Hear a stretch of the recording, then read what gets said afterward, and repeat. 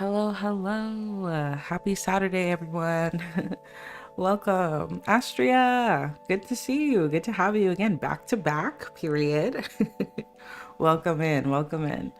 Happy Saturday, folks. This is a kind of random stream, but here we are. I'm going to give it one more minute and then we're going to get started.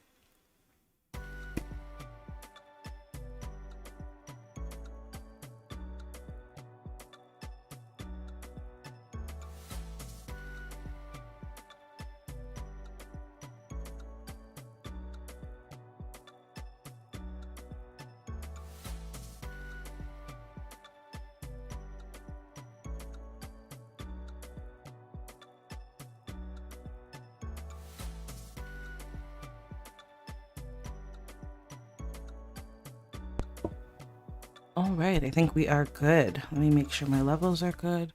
Let me know if the music is too loud. I can also adjust that. It should be okay though.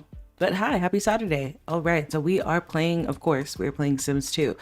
I played Inzoi yesterday, and yesterday was the first time that I played Inzoi, I guess, seriously. So that was cool. That was a fun experience. So if you were able to make that stream, thanks so much for hanging out. I had so much fun. So I haven't kept up with Labadi in a hot minute, and I'm low-key lost with everything that's happened. OMG. Okay, I'm gonna be so kind to give a little recap. I'll try my best anyway. Let me know, like, what's the last thing you know, and then I can recap from that point. We are getting ready to really dive into Gen 2, which I'm gonna consider as like season 2. So maybe it would be helpful to have a little bit of a recap moment. So much has happened. So much has happened. So let me know. Valentine, hello. Welcome in. Happy Saturday. Hey, I'm glad that you could make it. Yeah, so we can do a little recap to get everyone on the same page. I mean, I'll do like a brief recap. Perhaps I'll do something more formal, but I don't know. I feel like that would be so much effort. And then I considered perhaps editing my streams to short form content, but that's also a lot of work because there have been so many streams up until this point. So I don't really know. What can I tell you are like the major things that have happened? Oh God, I don't even remember where I stopped. I think I stopped at the Christmas. Oh, okay. Astria, I'm gonna have to help you out as best as I can. But the Christmas stream, that was a long time ago. Okay, so we can go through. I have my Discord here. I just use this Discord to keep my photos and things like that. So it's not like a public or active Discord at all. Let's go through some pictures and I'll try. The Christmas stream, I don't even remember what happened, but this is Christmas. Okay, so a little bit before Christmas. Yeah, I definitely don't have time to edit the streams. I'm not gonna lie to you. I do not have time to edit the streams. It's way too much hours of the content to go through. And then I'm also trying to like create new content, you know what I mean? So it's a little bit much, but I mean, there's a Long Live Labadi playlist that is up for you. You can play it in the background if ever you get time, or if you're cleaning your house or whatever the case.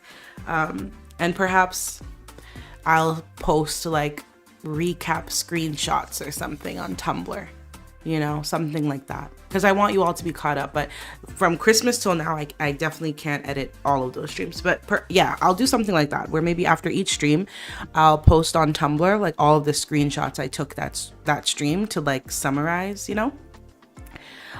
This is from Christmas. Okay, so Roman was in prison and Auntie Marg actually came to visit him. This is him in the Great's Kingdom, where he was incarcerated.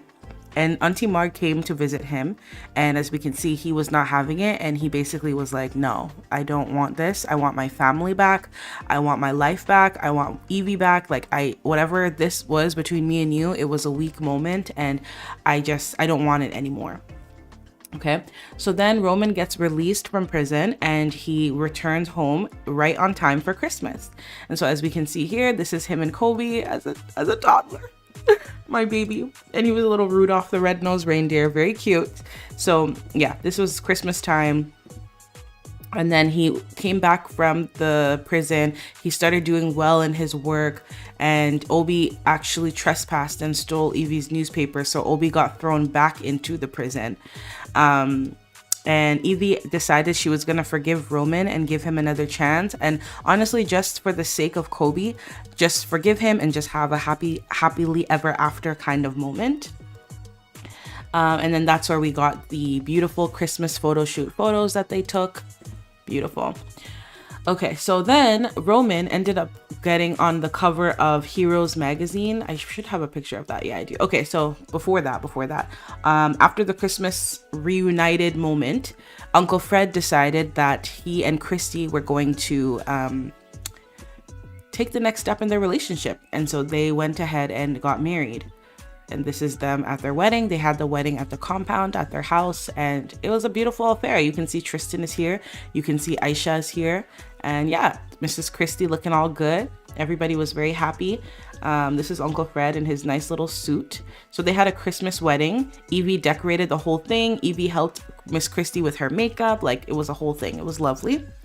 And then, yeah, they got married, y'all. They got hitched, and they are together now beautifully. This was their wedding. Evie did all the decorations and stuff, and that's why in this picture she's not dressed formally, because she had come early. She cooked, she cleaned, like she threw her dad and her future stepmom a very beautiful fete. And so this is how it kind of turned out. They did it simple and classy, and this was what Evie wore. And yeah, everybody was there. It was a good time. Auntie Marg was not there, but everybody else was there. And Christy and Fred got married. So at this time, Julie Sims, hello, welcome in. I'm so happy to see you. Thanks for being here. At this time, look at how beautiful they look after they got married. So lovely. So, okay, when they got married, something had happened. Aisha went out to talk to Tristan. And the thing is that I wish these pictures would load a little faster. It's gonna be like 1 second. Load, my friend. There we go.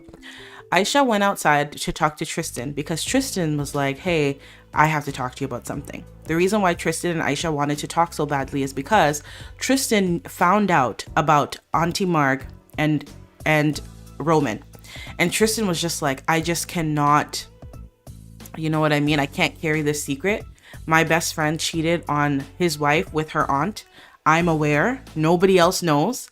I need to tell somebody. And the reason his motivation at this point was because Evie is someone he genuinely cares about. He respects Evie to like the highest degree, and he's secretly crushing on her. But at this point, he didn't admit that to himself because that's his best friend's wife. So he just felt like, I respect Evie so much that somebody needs to tell her. It can't be me because I'm not very close with her. Like, her best friend should tell her. So at Uncle Fred and Auntie Christie's wedding, Tristan tells Aisha, like, hey, this is what's going on. Well, he didn't tell her. He said, I need to talk to you. And then they met up at a coffee shop. That's where he told her. And Aisha was pissed. Aisha was upset. It was like a whole thing. Okay. Yeah, this is the wedding. You can see Roman was at the wedding. Nobody had any beef with Roman at this point because nobody knew what Roman did. So he was accepted. This was the following day. Tristan met up with Gideon. Gideon is Roman's dad. So Tristan meets up with Roman's dad and he's like, hey, uncle, you know, he takes him like an uncle. They're all very close. And Tristan is like, Uncle Gideon, I have some information about your son and we need to do something about it. And I don't know who else to tell. And so he's like, I know that Roman is having an affair with Margaret. And we need to do something. We need an intervention. We need to do something. And Tristan was really disappointed to find that Gideon really had no reaction, right? Gideon already knew what was going on behind the scenes. And Gideon's priority is very much, I'm going to protect my son. So Gideon was like, I'm going to protect my kid. I don't care what Tristan has to say. I am not going to react or, you know, act so appalled or anything like this. yeah, her not being dressed for the party she planned is such a mood. Like, this is a classic African family. Exactly. I come here early, my wig's not on, you know, my hair's not done, makeup's not done. I'm wearing my rough clothes and I'm all up in the house and I'm doing all the things. Yeah, this is most definitely quintessential African experience. That is so funny. I want to find out if I can zoom in. Let me see. Can I zoom in like, no, I can't. Okay. Can I zoom in like this?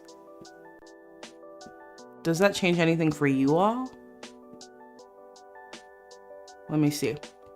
I'm trying to zoom in so you can see the pictures really, really big. Oh, it does. Okay. Yeah, there we go. Beautiful. Okay, so that worked out. That was beautiful. Awesome. You're just in time for the recap. Simply Simming, welcome in. Miss Marple, yes, we're doing a recap. I'm also lost, but I watch whatever I can catch while breastfeeding. Oh, I'm so glad that you can, you know, watch where you can, no pressure. And yeah, Astria was saying that she's behind, and I was like, you know what? Let me do a little screenshot recap, and then maybe moving forward, I'll try to post pictures after every stream and kind of like write some notes to summarize what's going on. Yeah, so that's what I'm hoping to do. Okay, so at this coffee shop meeting, Tristan tells Gideon, he's like, hey, your son is cheating on Evie, and I need you, we need to do something. And Gideon is just like, how do you know that to be true? You know, how do you know? What evidence do you have? That doesn't sound like cheating. They just have a friendship. He was really dismissive. So Tristan was like, bro, why is nobody caring and listening? Evie is going to be heartbroken. Okay, so that's what happens there. So happy little family. Uncle Fred, Christy end up adopting a daughter because they kept rolling wants for a child, and obviously they're older adults, and so it was like, I was like, I can't get them pregnant now, like, you know what I mean? So they ended up adopting a daughter. Her name is Vivian, and this is little Viv, and she is their adopted daughter. And so if you hear me talking about Vivian, this is who I'm referring to. And it was perfect because Vivian, as a child sim, is now very close with Kobe, who aged up to be a child sim. So this is his auntie basically, but they think of themselves more like cousins. Okay, and so this is just some slice of life moments. Sorry, it's loading. Slice of life moments where Vivian is spending time with the family. We spend some time getting Vivian integrated into, I don't know, the toffee life, you know, getting to know her new mom and dad. And yeah, I'm excited to see where this goes. She has like the best set of parents, so she's set. So as we know, Roman is back. I guess you can see if I do this, right? If it's here, can you see? Let me check. You can see, yeah. Okay. Roman is back, and he's back from prison. He was with the greats in prison. He's back home, and he's really on his best behavior. When I say best behavior, I mean this guy is cooking, he's cleaning, he's making surprise breakfasts for Evie. Like, he is like, I just got my wife back. She's giving me another chance. I am going to make it count. So he's at home one morning, and this is like 5 a.m., like super early. Or is this late? I can't really remember. I think it's super early. And Auntie Marg comes to the house, and she's like, Roman, like, you're out of prison. I'm so happy. Like, how are you? Because mind you, when Roman was in prison, Auntie Marg was the only visitor that he had. Okay, Evie did not visit until the final day where he was in rehab and stuff. It was a whole thing. Excuse me. So while he was incarcerated, Auntie Marg is the only person that visited him. So when Auntie Marg, she's like, in her head, she's like, I've been there for you. I've loved you. I've been there for you. You know what I mean? So she comes to the house. How bold of her. And she's like, Roman, like, are you okay? Like, you're out. I'm so happy. Like, thank the Watcher. And so she comes to the house doing all this. And Roman, as you can see, is like, Marg, I told you, I don't want anything to do with you anymore. Like, I'm done. I don't want anything to do with you. I don't want this. Okay. I was stupid. I was under spells. Okay. I was under spells. I don't want you. I want my wife. I want my child. I want my family. Don't come here again. And he dismisses Margaret. So remember, Roman was in prison. When Roman was in prison, Aisha moved in. This is Aisha. Aisha moved into the house because Evie is a single mom raising a toddler, running a business, handling big girl things, and it's really difficult for her to balance everything on her own. And so Aisha was like, girl, you're my best friend. I am not going to let you struggle. You go work, you go farm, you go do your thing. I'm in the house. I'm with Kobe 24/7. So Aisha and Kobe are very, very close. Aisha loves this boy down. But you notice that Aisha was home when Auntie Marg came to the house that morning. So when this was happening, Aisha was very much home. Because Kobe was crying, Aisha was awake to soothe the boy. So of course, Roman is going through his emotional turmoil of like that, you know, his internal thoughts, his internal battling, and it's very stressful. Let me read the chat here. I love the colors you use in gaming for the shader. Thank you. I tried to get it super bright, yellows, reds, you know, switching it up, because I feel like I used to be very much into like the beige aesthetic. Everything had to be super aesthetic, but now it's like colorful aesthetic, you know? What is Auntie Marg's problem? The F? I was genuinely so shocked at her behavior. Right. Auntie Marg has deluded herself into thinking that Roman's fleeting dreams of running away with her were real. Did any of us actually think that Roman was going to run away with Auntie Marg and start a new life?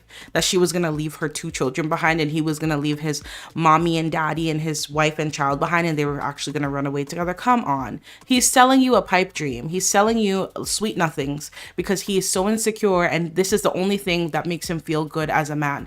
Because in the real world, he's held accountable. In the real world, sweet nothings don't work for Evie. She wants action and results, okay? So anyway, so Aisha catches a glimpse of Roman crying. She peeps out the window and she sees that Margaret is walking off and she says, oh, hell no. Oh, hell no. Okay? Because remember, Tristan told her, hey, Roman is cheating with Evie's aunt. Okay? So she is enraged. So she goes up to Roman. Mind you, this is early in the morning. Everybody is asleep. It's just them two up. Kobe was put back to sleep. And she goes to Roman and she says, you think that you're going to get away with this? And he's like, what are you talking about? Like, what are you talking about, Aisha? Because remember, Roman hates Aisha. Roman has never really messed with Aisha like that. Because what? Aisha has Evie's back. Aisha has Evie's back, okay? So Aisha was like, you think you're going to get away with this? You think you're going to get away with this? And he's like, what are you talking about, bro? Get out of my face. And she's like, no, Roman. What you're going to do is you have 24 goddamn hours, okay? I'm giving you a day. If you don't tell Evie what is going on, what my eyes just witnessed, I am going to tell her. Do you understand me? You have 24 hours. If by tomorrow at this time, Evie doesn't know, I'm going to handle you. Okay, so Aisha threatens Roman. So now we go to Auntie Marg. She's at her salon doing her thing. And Evie came over to get her hair done. Evie had locks. And Auntie Marg at this time was very rude and cold to Evie. Mind you, Evie doesn't know a thing. All Evie knows is that Auntie Marg, who used to be like a mom to her, has really distanced herself from Evie. And Evie was feeling that absence even at Uncle Fred's wedding because Auntie Marg was not present at Uncle Fred's wedding. And so she's just like, Auntie Marg, like, I feel like you're slipping away. Like, what's going on? Evie's heart is genuine here because she doesn't know what's happened, okay? So she goes to the salon and you can see Auntie Marg is ignoring her. Auntie Marg refuses to do her hair. Like, it's just so tense. It's really horrible.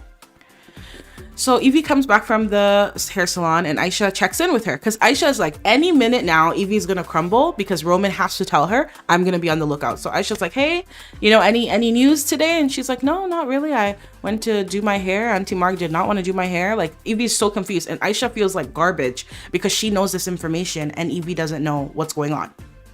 Okay, we have this picture of Roman crying. LOL. So... Mind you, Roman is going through emotional turmoil. The reason why Roman is crying is because after Christmas time, Roman's parents wanted Roman's image, public image, to be restored. During Christmas time, Roman was released from prison from killing a burglar, right?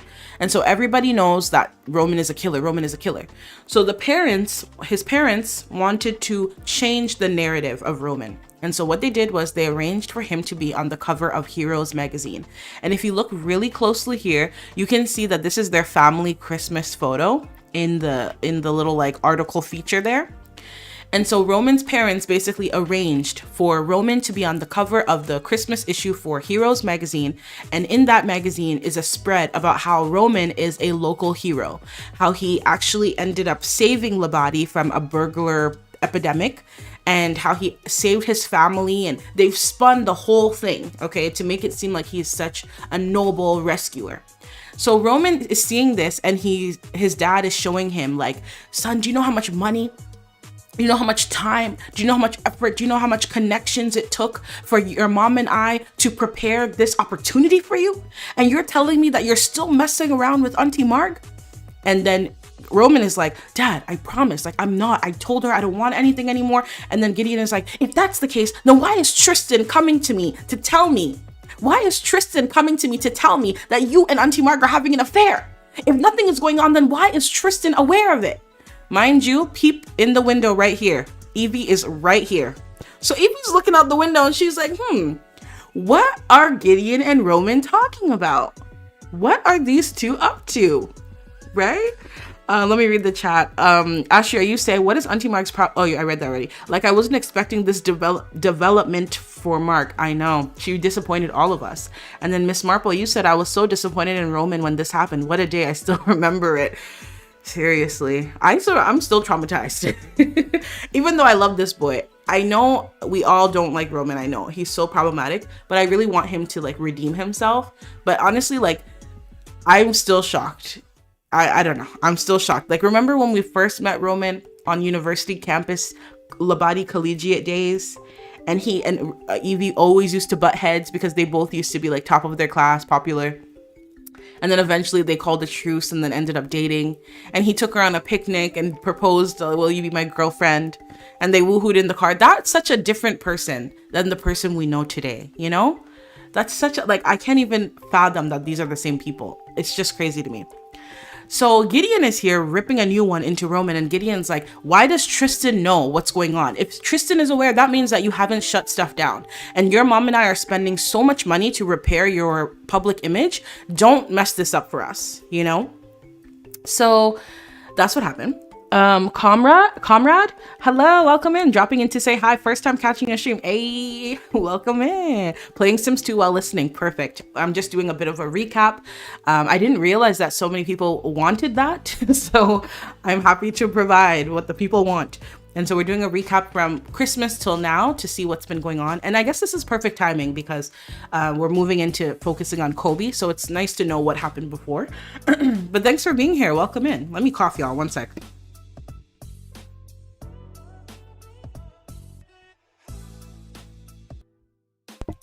That's definitely my favorite part of Sims gameplay for me. It's the layered characters, because it's so boring when the characters are perfect, you know? Have a baby, have another baby, have a business, retire, oh, birthday party, die. Like, it's too boring. So I like when it's like, you know, layered characters that we kind of hate, we kind of love, we kind of see ourselves in them, and then we kind of don't.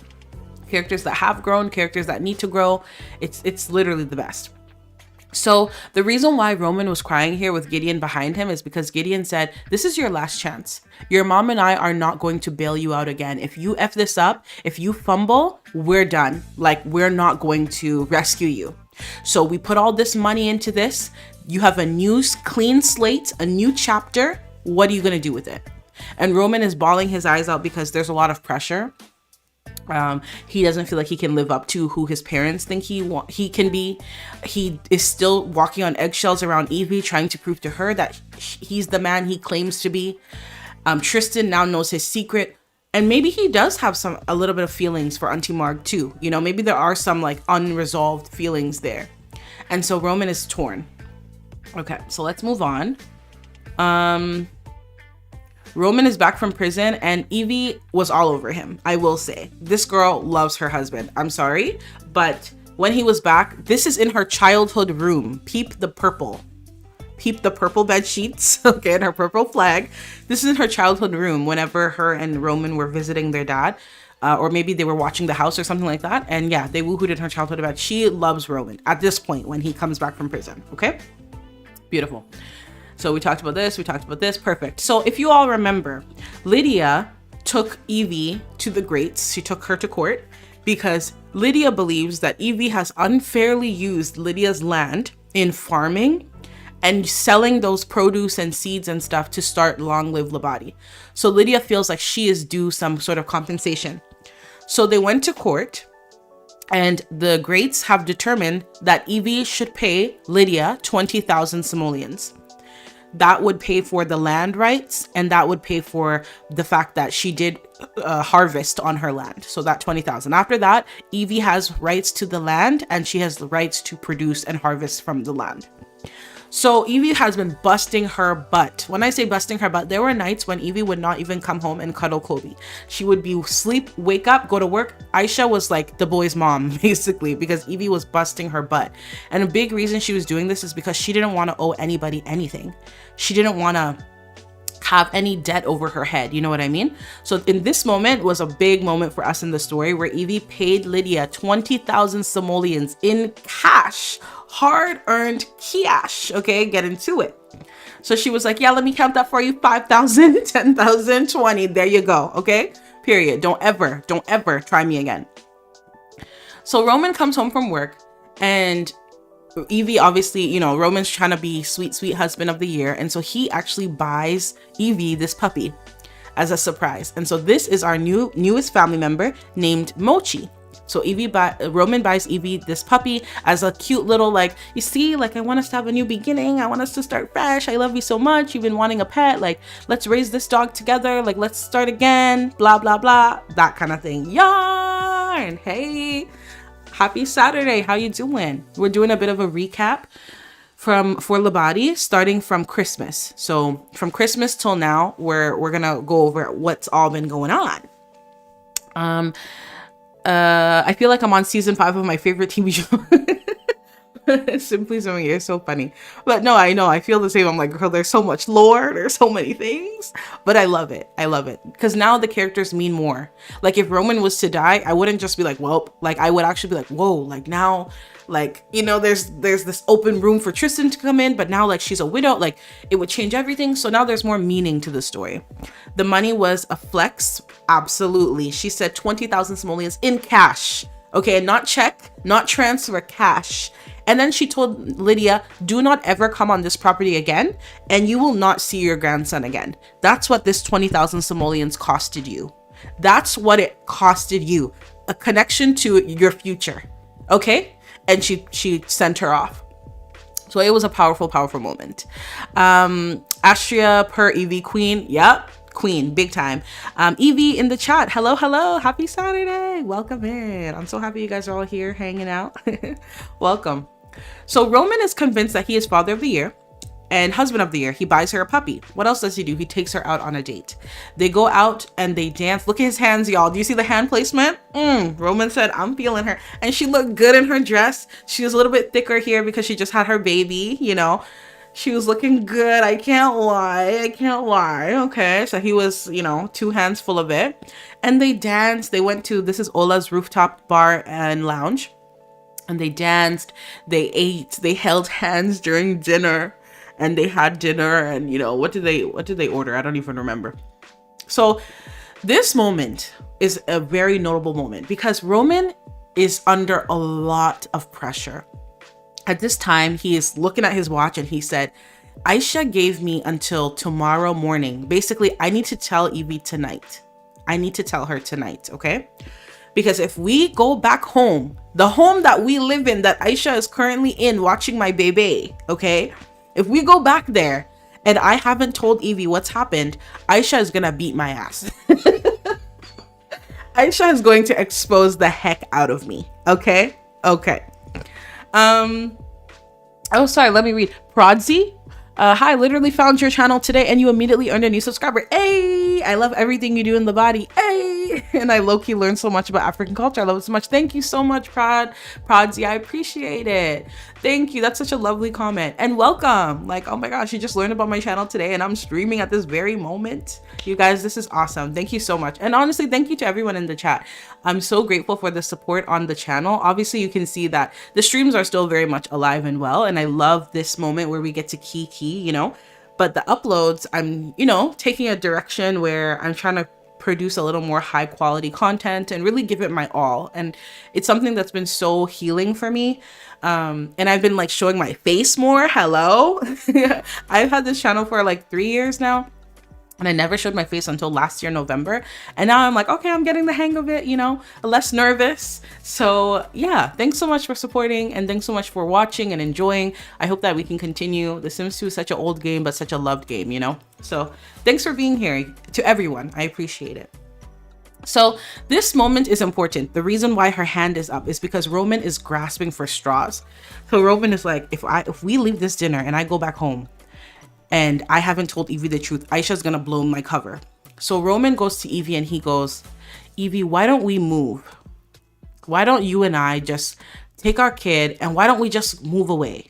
Let's start something new. Let's have a fresh beginning. I'm out of prison. You know, me and you are committed to working on things, making things work. Let's try, let's leave.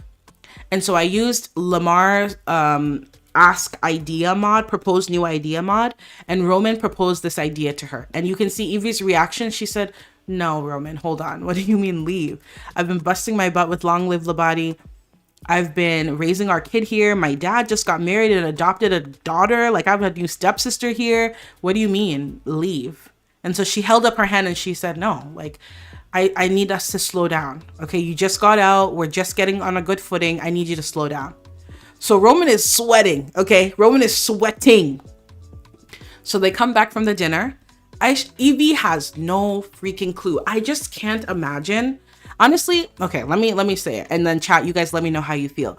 I can't imagine living in a home with my husband and my best friend and my baby, and everybody knows that I'm being cheated on, including my husband's best friend, who I think is a cool person. I can't imagine everyone knowing and nobody telling me. Like, personally, let me know how you guys feel. Let me know in the chat. But personally, I would feel upset not only with the person who's cheated on me, not only with my husband, but also the fact that all of y'all knew and watched me look goofy with a smile on my face, kissing up on this guy, hugging up on this guy, and you guys all know what he has done. This is crazy. This is crazy. I would feel so offended. Like, I don't know. I think everybody would have to be cut. I think everybody would have to be cut at that point. Like, I would throw hands. I would literally be like, you're my bestie. You're my sister, bro. And you knew this guy was doing this to me and you watched me put makeup on and go on a date with him? You watched me slow down? So like, huh? I would have to throw hands. I agree, Astria. I agree. And you said the romantic date before disaster is so crazy because he's making it more difficult for himself to reveal everything. He's setting it up where it's like you're building up this fantasy, and then what a letdown. What a freaking letdown. You just bought me a puppy. You just came home from prison. I embraced you. What a freaking letdown. So, okay, so Aisha and Roman are in the kitchen. They come back from the date. Evie has no idea what's going on, so she goes to sleep. She probably checks on the baby and goes to sleep. And then Aisha goes in the kitchen. She's like, did you tell her? And then Roman's like, Aisha, you need to get the hell out of my business. That's what you need to do. Get the hell out of my business and back the hell up. And then Aisha's like, I told you, if you don't tell her, do you know what position I'm in? Do you know what position I'm in? This is my sister. And you hurt her this way and you want me to keep your little secret? No, like I can't. But at that point, Aisha was like, I can't wake her up from sleep and tell her. So Aisha was very torn, like what to do. Okay. So I have to go this way. So there's a lot that's about to happen here. Brace yourselves, okay? My screenshots are not fully in order, so brace yourselves. The following day, Lydia and Gideon, these two right here, they call a family meeting, a house meeting in their mansion. This is their mansion that we're in the living room for, okay? So as you can see, Gideon has a marriage speech bubble, a ring speech bubble on his head. And he's like, everyone. And you can also note over here, he has an easel. This easel in the corner here has the photo with the Heroes magazine cover on it. Okay. So Gideon gathers everyone. We have Auntie Betty, who is the family elder. We have Aisha. We have Tristan. Of course, the newlyweds, Christy and Fred. And then, of course, the struggle marriage, Evie and Roman. Okay. So everybody's here. So Gideon goes, I've gathered everyone here today because we have an opportunity to do something big for our family.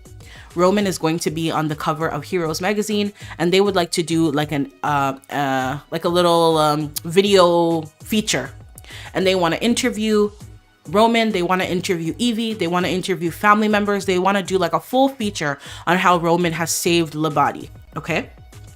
So everyone's here talking. But notice where Aisha is seated and notice where Roman is seated. They're across from each other. So Aisha is like giving him looks, like daggers out of her eyes. Like she wants to kill him, right? And Tristan is looking at Aisha like, chill out. Okay, we're gonna be okay. Chill out. And Aisha cannot contain her anger and her just, you know, her upset completely. Okay. The screenshots are not in order. Sorry. So I have to maybe click this one. No, this one right here. So Aisha and Tristan decide this is the moment. This is the moment. Tonight is the night.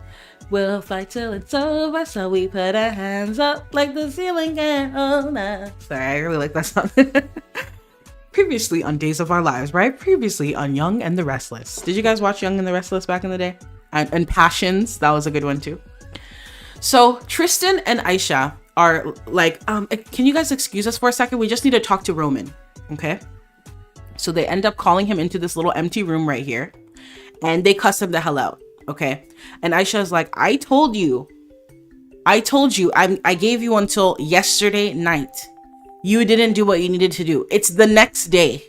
I am not going to sit on this for 24 hours. You need to get the hell up and you need to go and confess. And yes, little boy, you're going to go and confess right now in front of the entire family. If you don't leave this room and tell your wife what you did, Tristan and I are going to do it. It's up to you. You go or we go.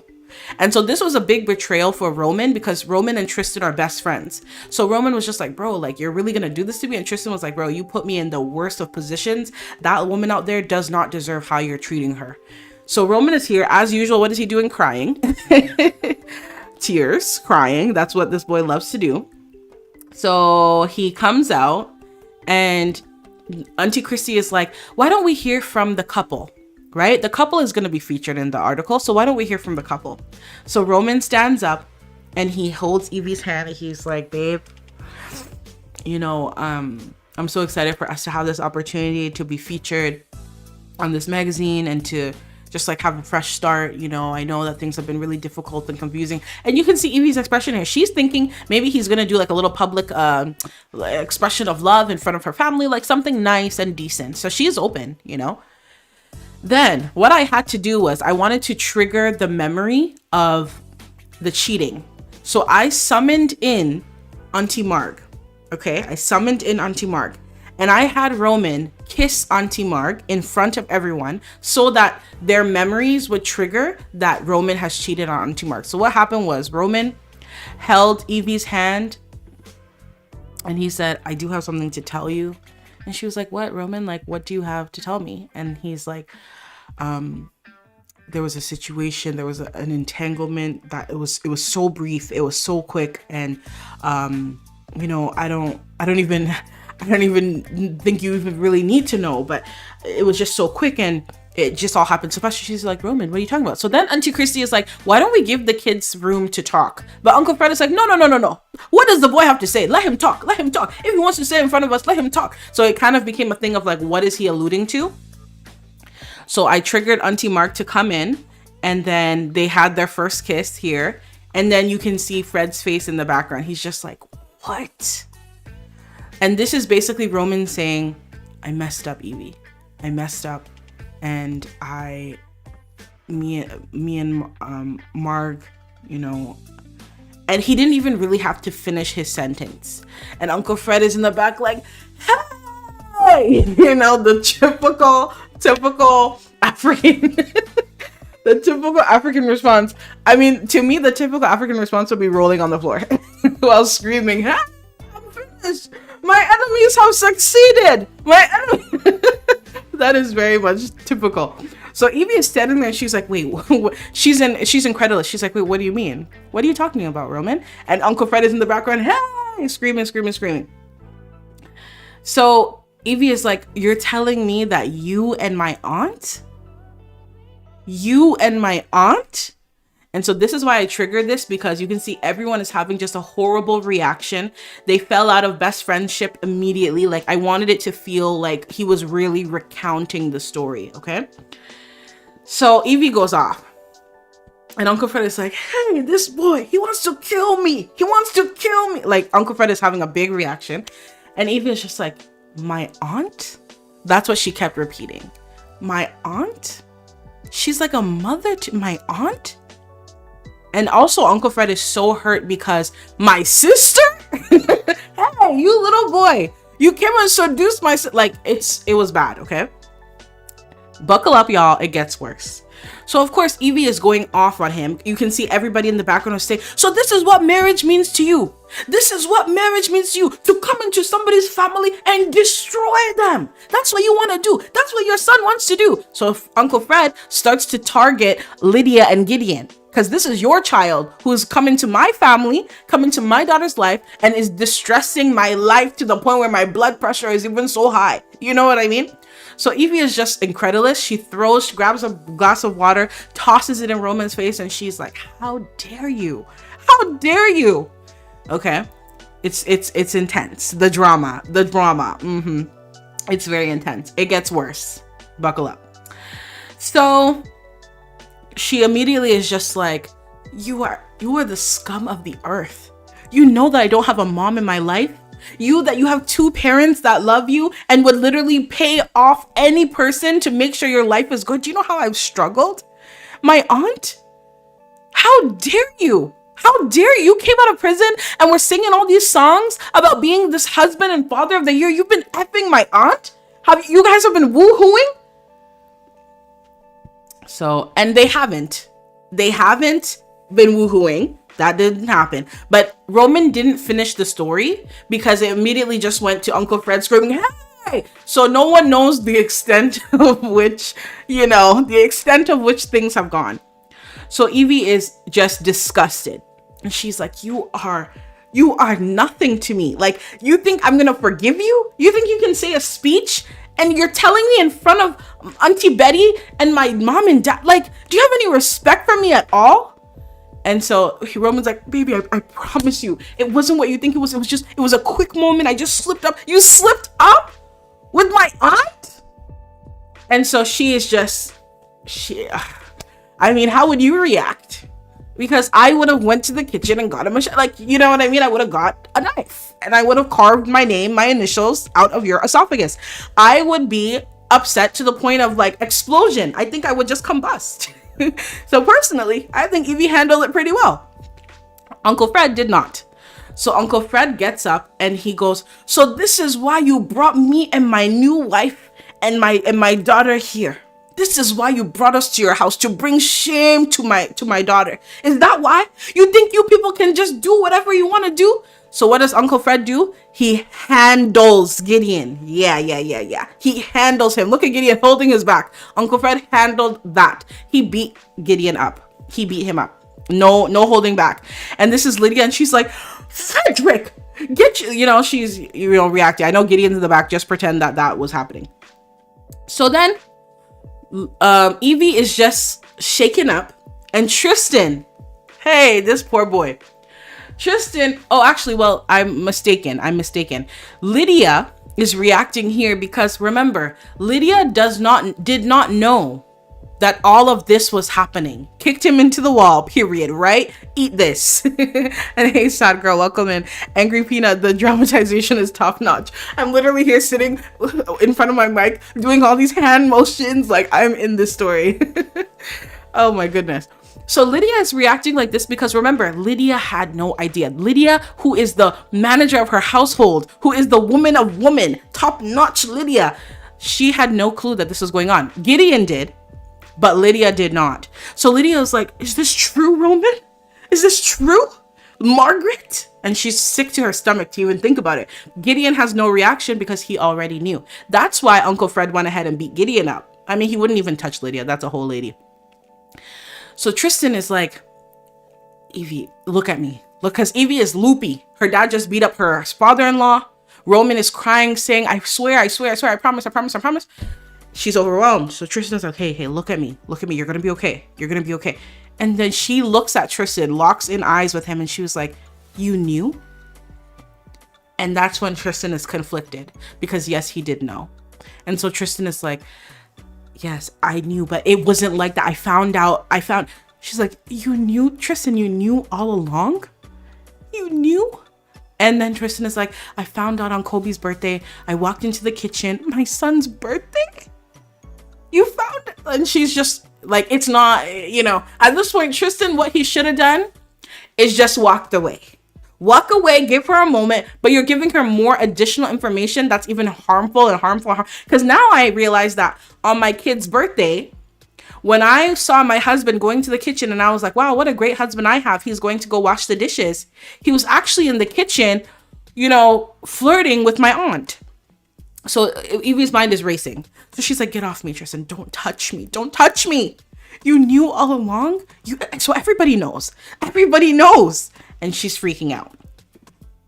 So while this is happening, Evie is just distressed, as we can see here. She's broken. She's looking at Tristan also, and she's like, get away from me. Don't touch me. Don't touch me. Don't touch me. Don't touch me. Get away from me. And she's looking at the chaos that is ensuing because she's watching her father beat up a whole man. Then Roman and Gideon. So Tristan goes back because Tristan doesn't want Evie to witness all the violence. So Tristan keeps pulling her back in. And I think this is the part where we see that Tristan loves Evie. This is the moment where we see that her brokenness is affecting him so much that he has no rationale. He has no logic. He's just like, please just stay with me. Like, just look at me. Just look at me. You know, that kind of thing. And she's just loopy. She's out of it. And she's like, Tristan, like, how could you do this to me?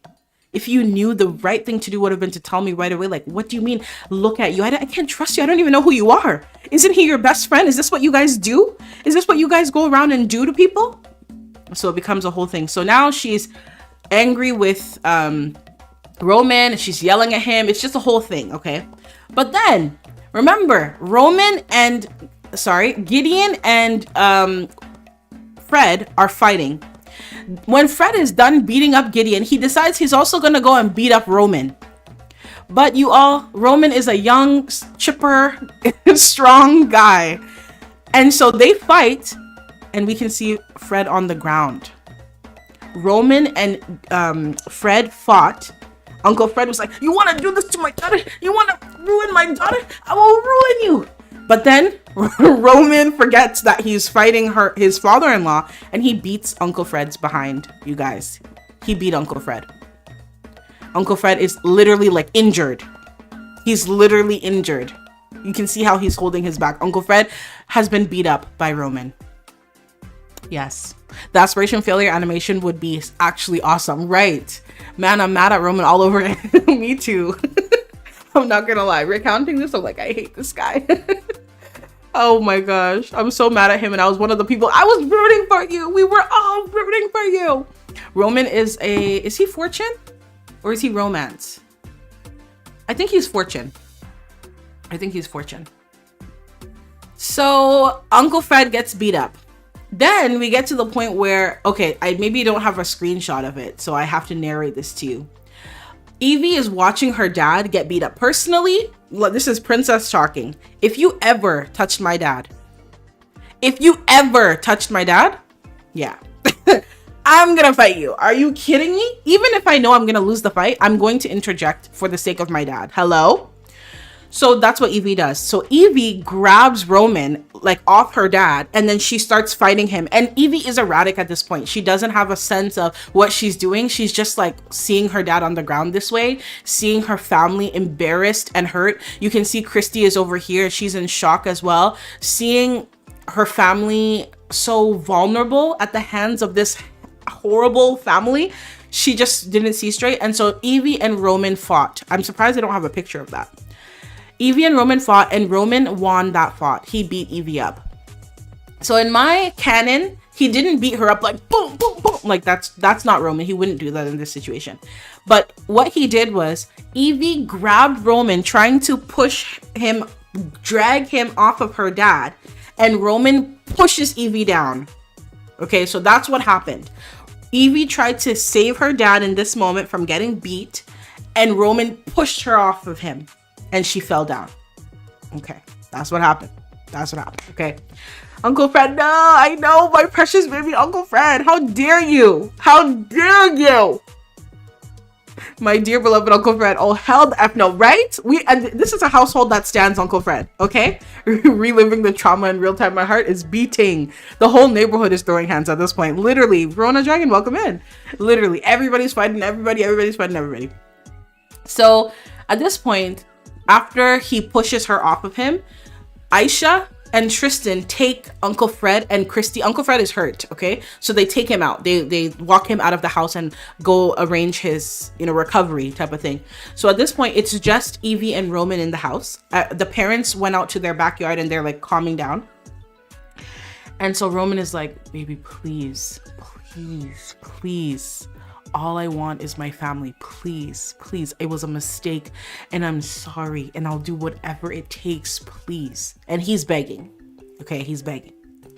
And Evie, look at her face. Have we ever seen Evie more mad?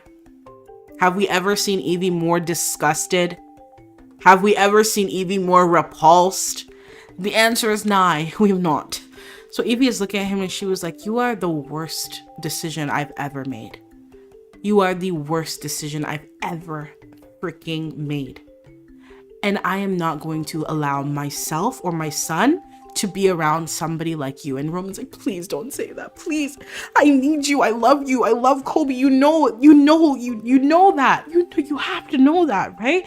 And he's begging and he's saying, I'll do whatever it takes. We can move. We can start over. I'll do this. I'll do that. I'll buy this. I'll buy that. He's spitting out all the nothings. And Evie you can see her hand pointing right at you.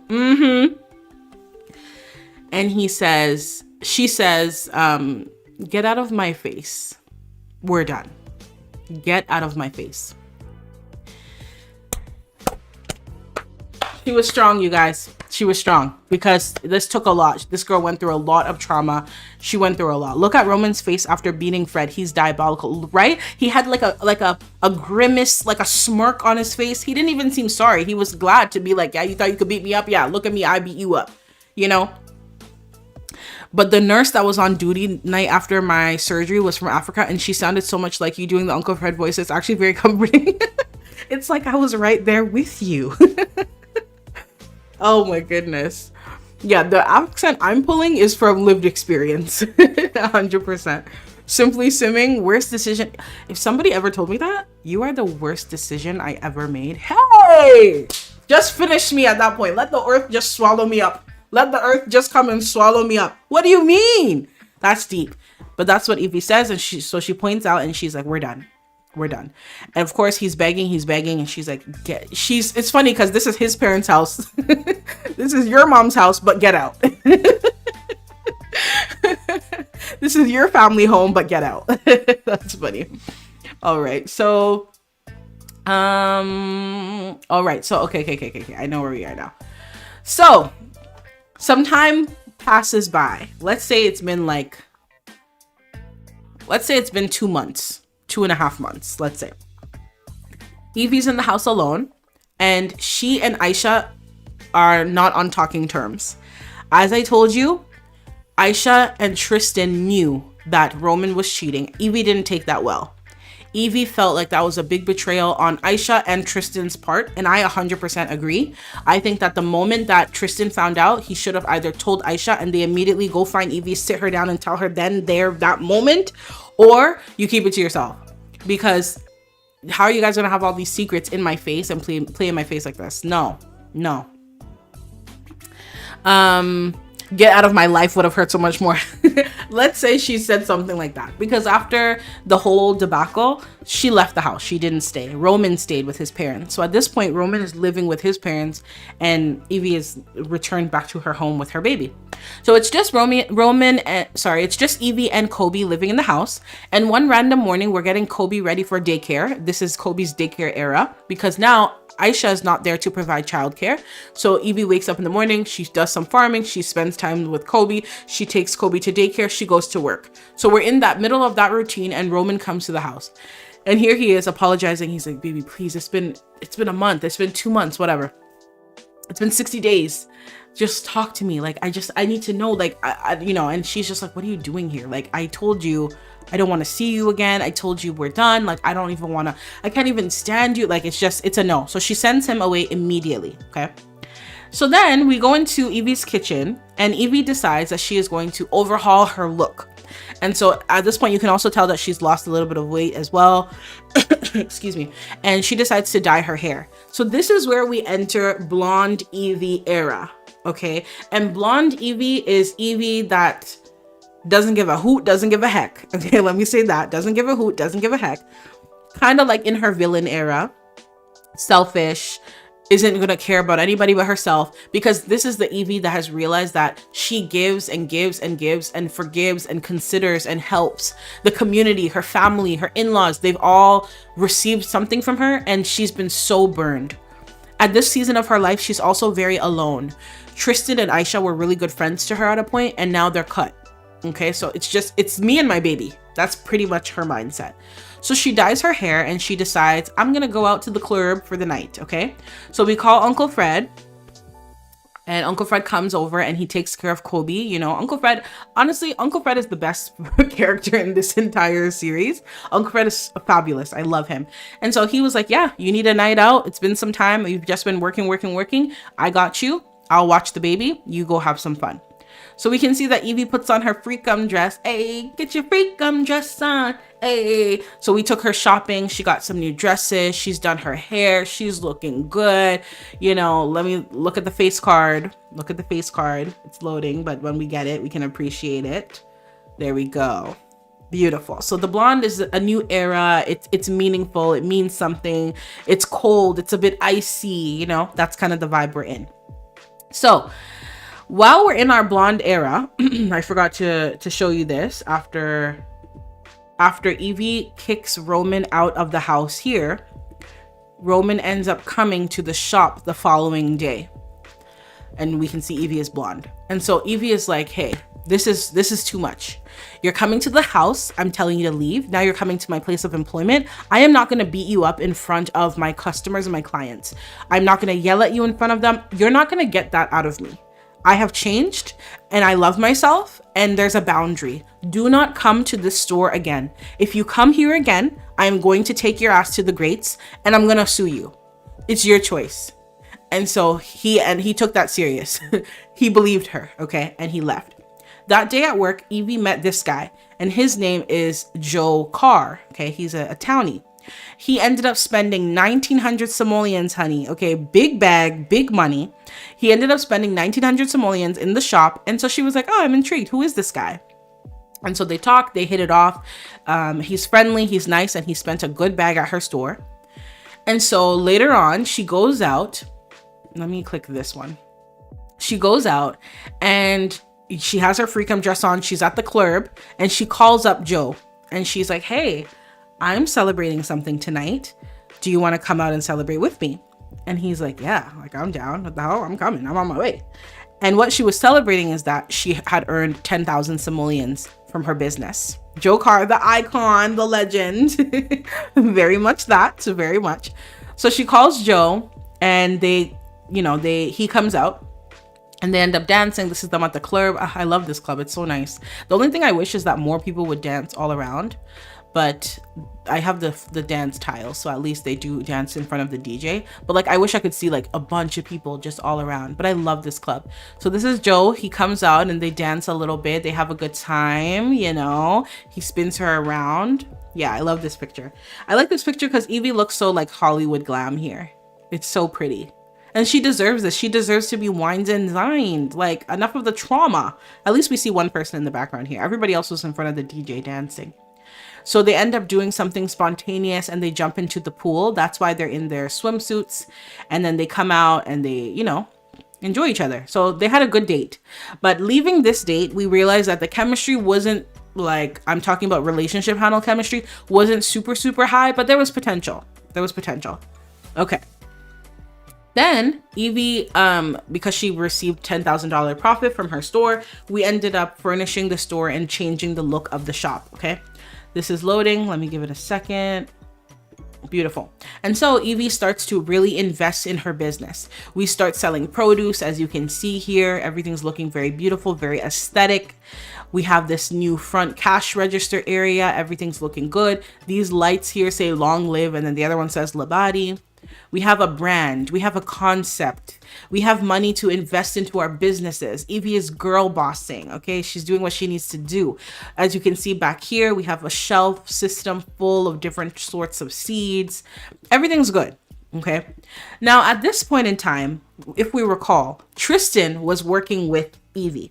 He was helping her out in the shop, helping her unload boxes, doing cash register stuff, just kind of helping her out because things were tough. So there was a day where Tristan comes into the store and he's expecting to just help her out like nothing's happened. So Evie's like, what are you doing here? And he was like, hey, like, I know like every second month on the Wednesday you get a new shipment. I just wanted to help you. Like maybe you needed some help unloading the van or the truck or whatever. Like, you know, I just want to help you, Evie. And Evie is just like, Tristan, I can't get over the fact that you and my best friend knew that I was basically being abused. And you watched it happen. I understand for the first day or the second day, but you knew for a while.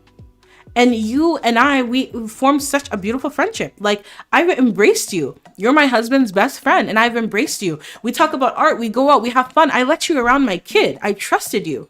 And you know that I'm being violated in this way, and you do nothing. Like, I can't let that go. I can't let that go. And so she's like, I'm going to have to ask you to go. And I'm going to have to ask you to not come back. I don't need your help with this job. I don't need your help here. I don't need you. That's the moral of the story here is that I don't need you. I don't need you. I don't need Aisha. I don't need anybody. I got it. Me and my kid are going to be good. So Evie is coming from a place of pain and, you know, all that kind of stuff. And yeah, so she tells Tristan, leave here. I don't need your help. Don't come back. And so at this point, Evie was also doing a lot of drinking. Sometimes she would be late for work. She'd be drinking, falling asleep on the couch. Girl, she was trying to find healing in that cup, okay? She tried to drink it away, but it didn't work. Because drinking it away does not work, friends. I forgot all about the athlete puppy. Yeah, we're getting to it. And he's not gone in my head. He's still, we gotta find a way. So if y'all remember, this was Joe Carr, right? And him and Evie hit it off and everything. So I was like, I gotta give him a makeover. So I ended up creating this sim over here. And his name is called, sorry, let me let him load up. This is one of the finest men I have ever created in The Sims 2. Let's take a moment. This guy is fine, honey. He is fine. So I created Joe, and his name is Joseph Caribou. And he is a soccer player. And I didn't change his career. He was an actual soccer player, athlete career. And his pastime, his favorite hobby is gardening. And so since he's stationed in Labadi for his soccer career, he comes to Long Live Labadi and buys seeds and stuff like this. And so this is the person that Evie went on the date with. So forget the other face you saw. He has now received a makeover, and he is handsome. He is fine. He's beautiful. Okay. And he also likes our girl a whole lot. Okay. So then Evie ends up hiring this lady over here, and her name is Kenya. We had a little job interview for her, and Kenya has been hired as the manager of Long Live Labadi and Evie's assistant.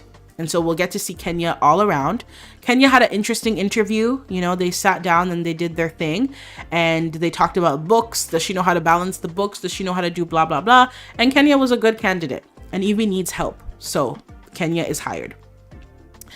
Later, this is not the same day. So later, maybe a couple days later, a week later, Tristan comes by the house and they make up.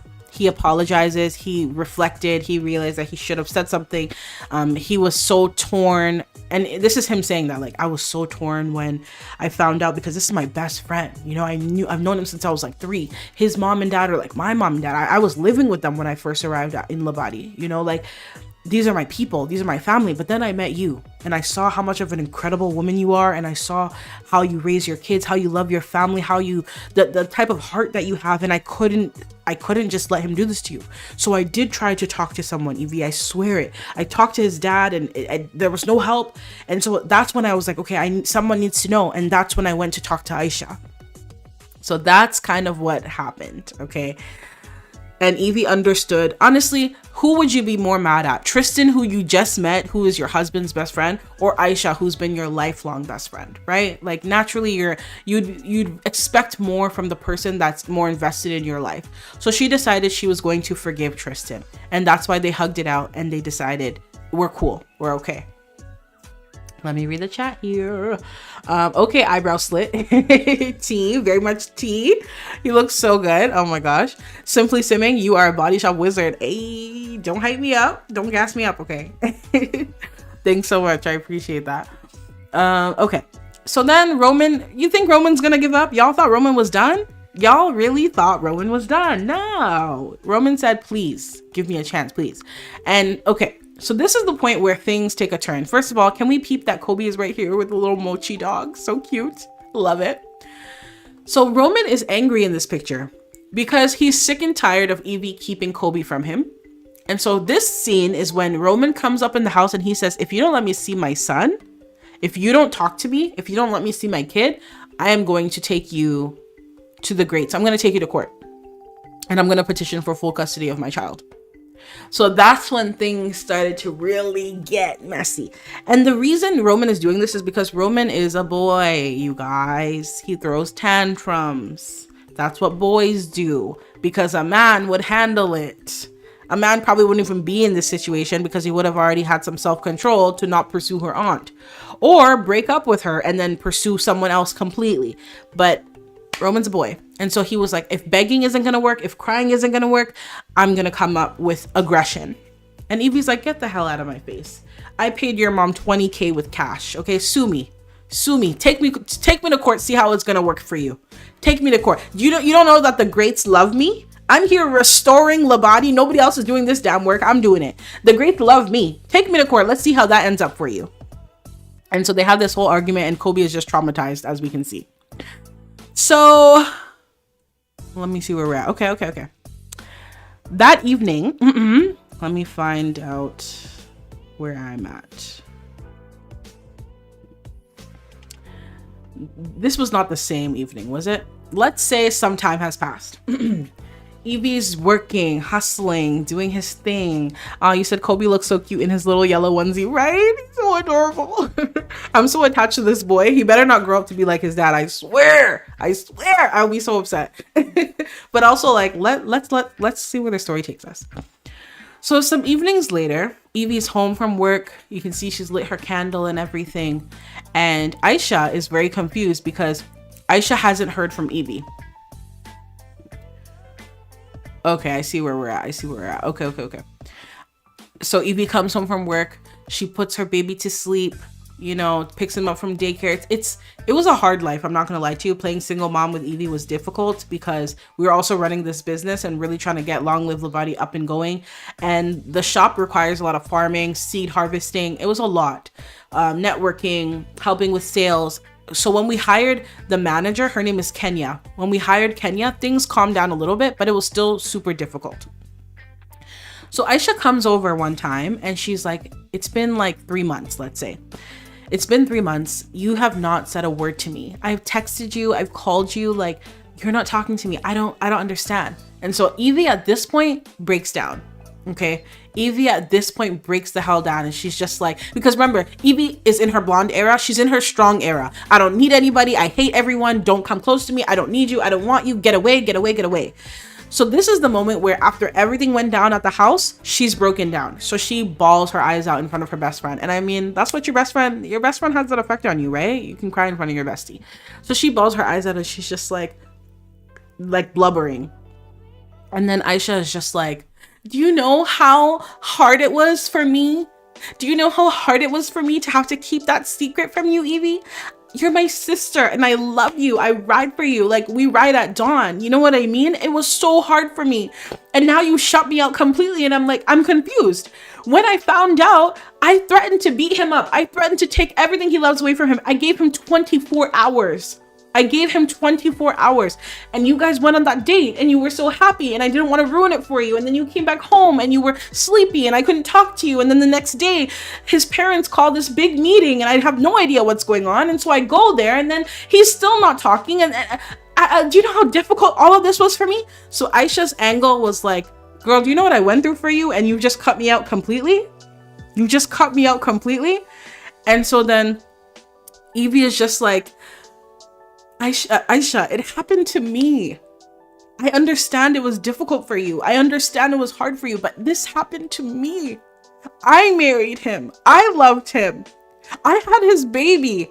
I took all the abuse from his in-laws and his freaking low IQ self. I've dealt with the BS. I've dealt with it. It's me. This happened to me. If it was hard for you, imagine how hard it's been for me. I have his child here. I'm a single mom and I'm like 24. This is not the plan. He killed somebody in front of me. I forgave him. Do you know how traumatizing that was? This happened to me. And I think this is the moment in my headcanon where something shifts. Because Evie no longer cares about what everyone's account and experience is. Because what about me? I watched him murder somebody in my driveway, go to prison. I had to appeal for him in court, accept him back, raise his child, deal with abuse from his family. His mom sued me. His dad apparently knew he was having an affair with my auntie the whole time, and no one did a damn thing. This happened to me. Who is going to care about me besides my dad? Who cares about me? And so this, to me, I'm like emotional. I'm emotional. Oh gosh. Let me take a sip of my cranberry juice. Why am I emotional? Because I relate. I relate very much. Who's gonna care about me? I care about everybody, but who cares about me? It's not easy, y'all. Let me take a sip of my drink.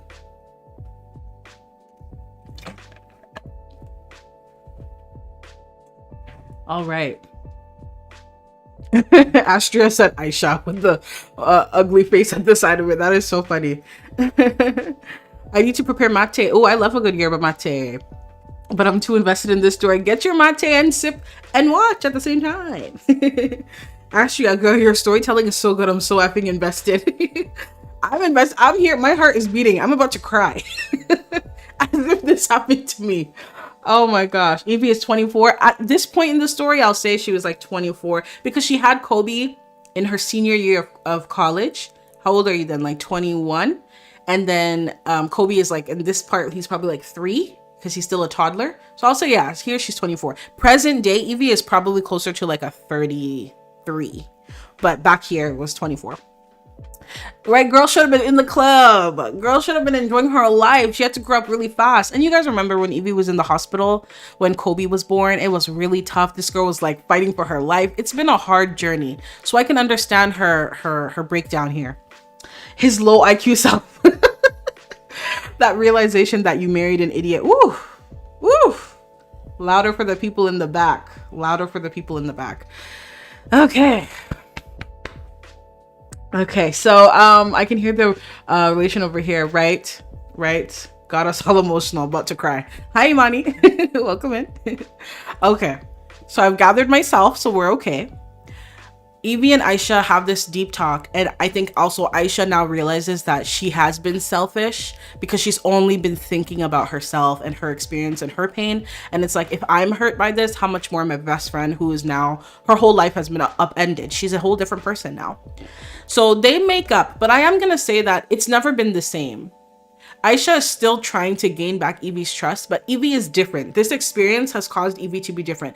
So the whole bestie vibe is not as strong as it once was, even up until now. They're still cool though, but it's not as strong. So Evie gathers herself and we're back at work. And this is where Joe comes back to her job.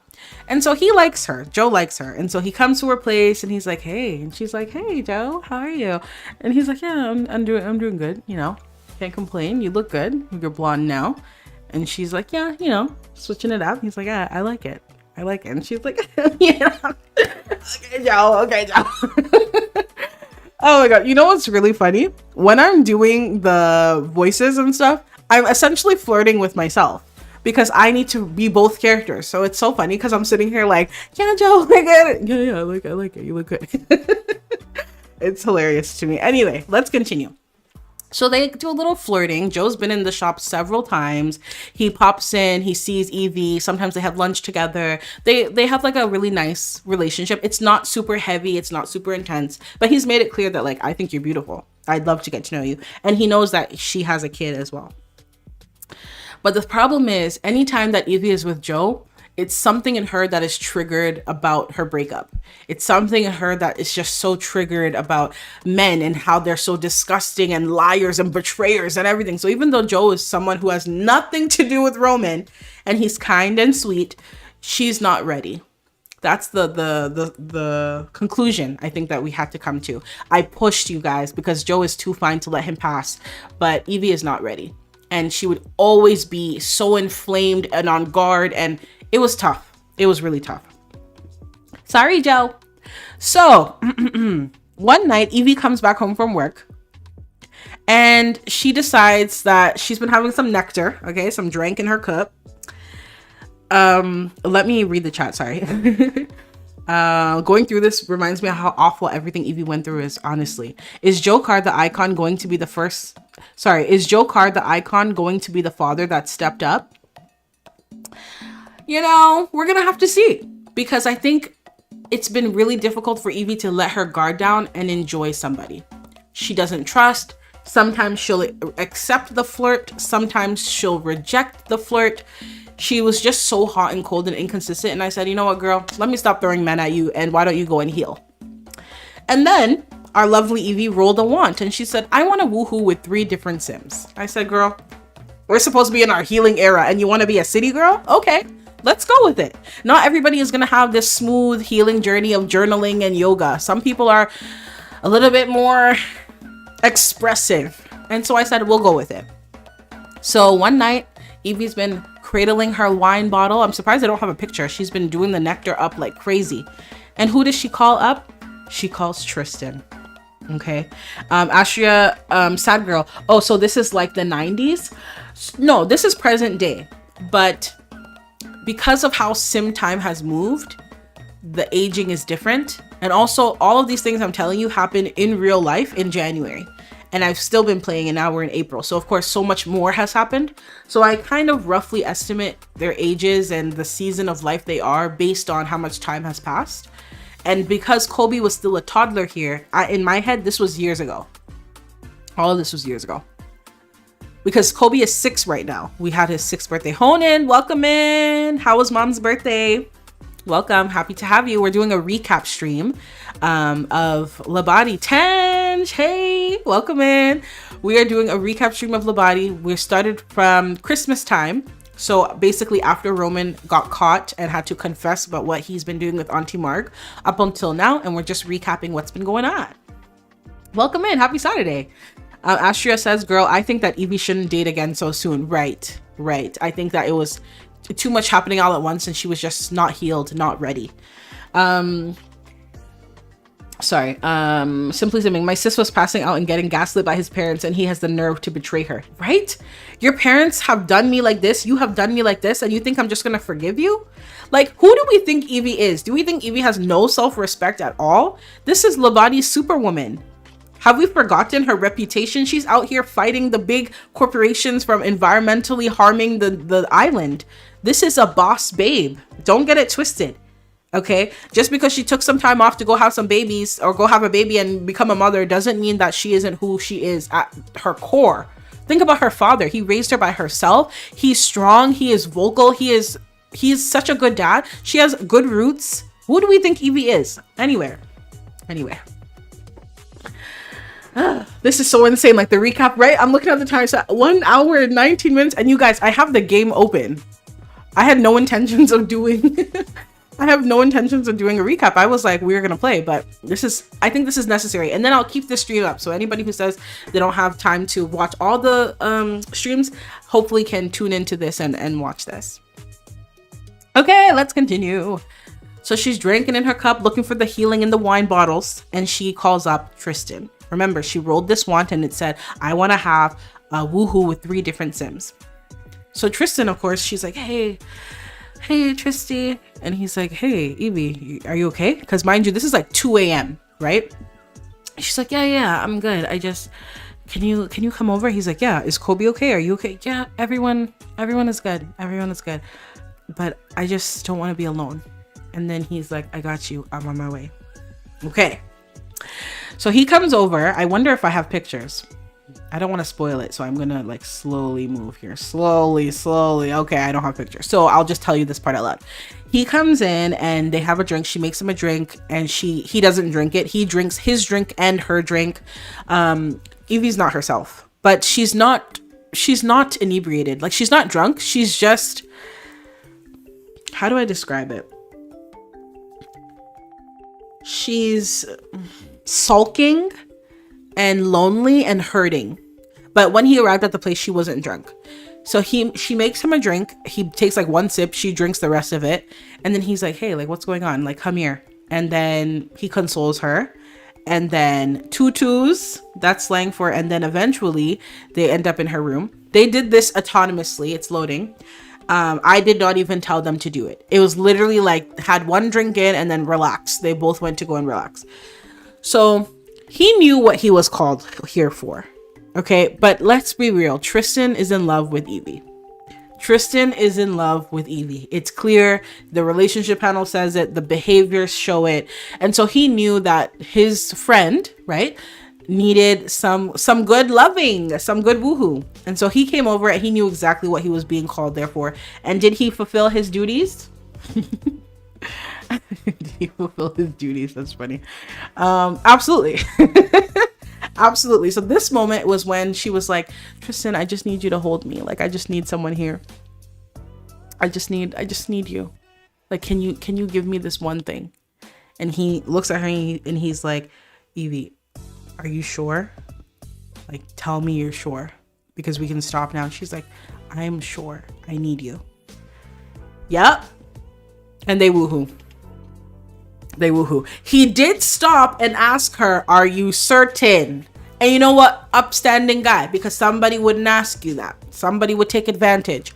He stopped and he said, are you sure? We can stop now. Are you sure? And she said, I'm sure. Let's do this thing. Yeah. Astria, what have you started? Yeah. And so this is Roman's best friend and Roman's estranged, separated wife woohooing about 3 months after the big expose. Yeah. My boys, Tristan. Oh, Tristan is disappointing you. She was drinking though. She had a little sippy sip. She wasn't completely inebriated, but she definitely had a drink or two. Definitely. He had like half a drink because she finished his. Definitely. Also, this is very interesting. As he should, but bare minimum. OMG, the drama. Right. Bare minimum. Consent is very much bare minimum. We're not clapping for you for consent, right? I'm just glad that he stopped to ask, but you're right. Consent, we don't clap for consent. That's necessary and required.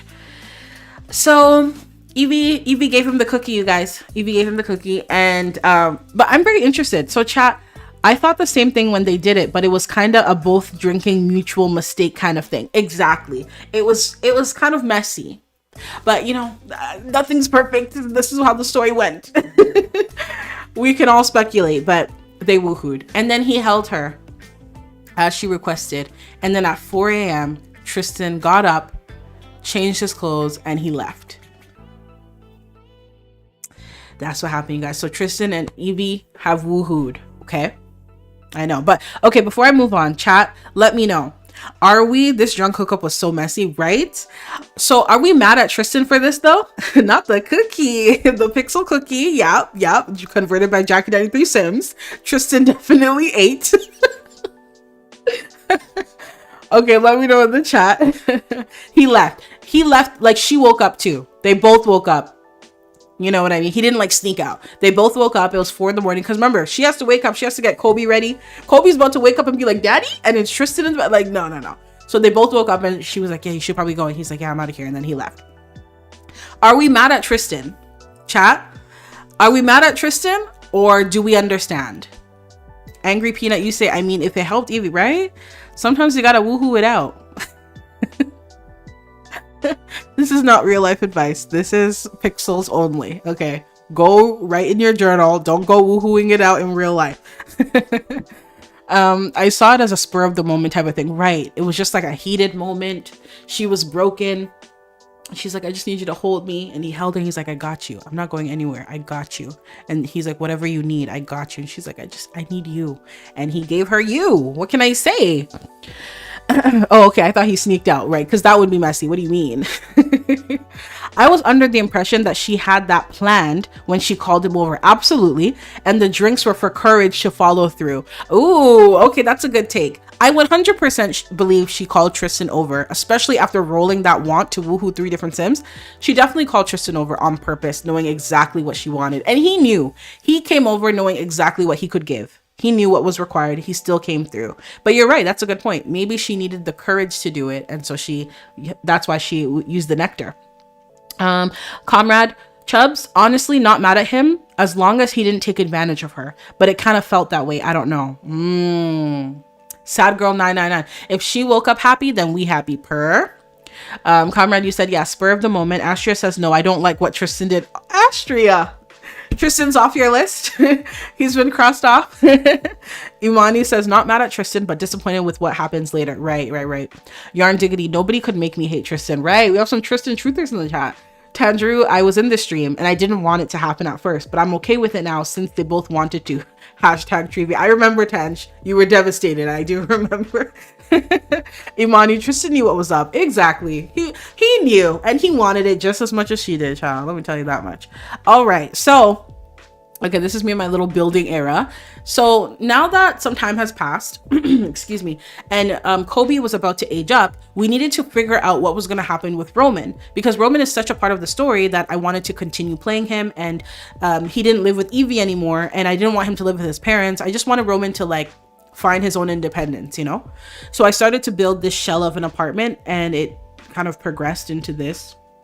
And so this is me like developing Roman's next steps, basically.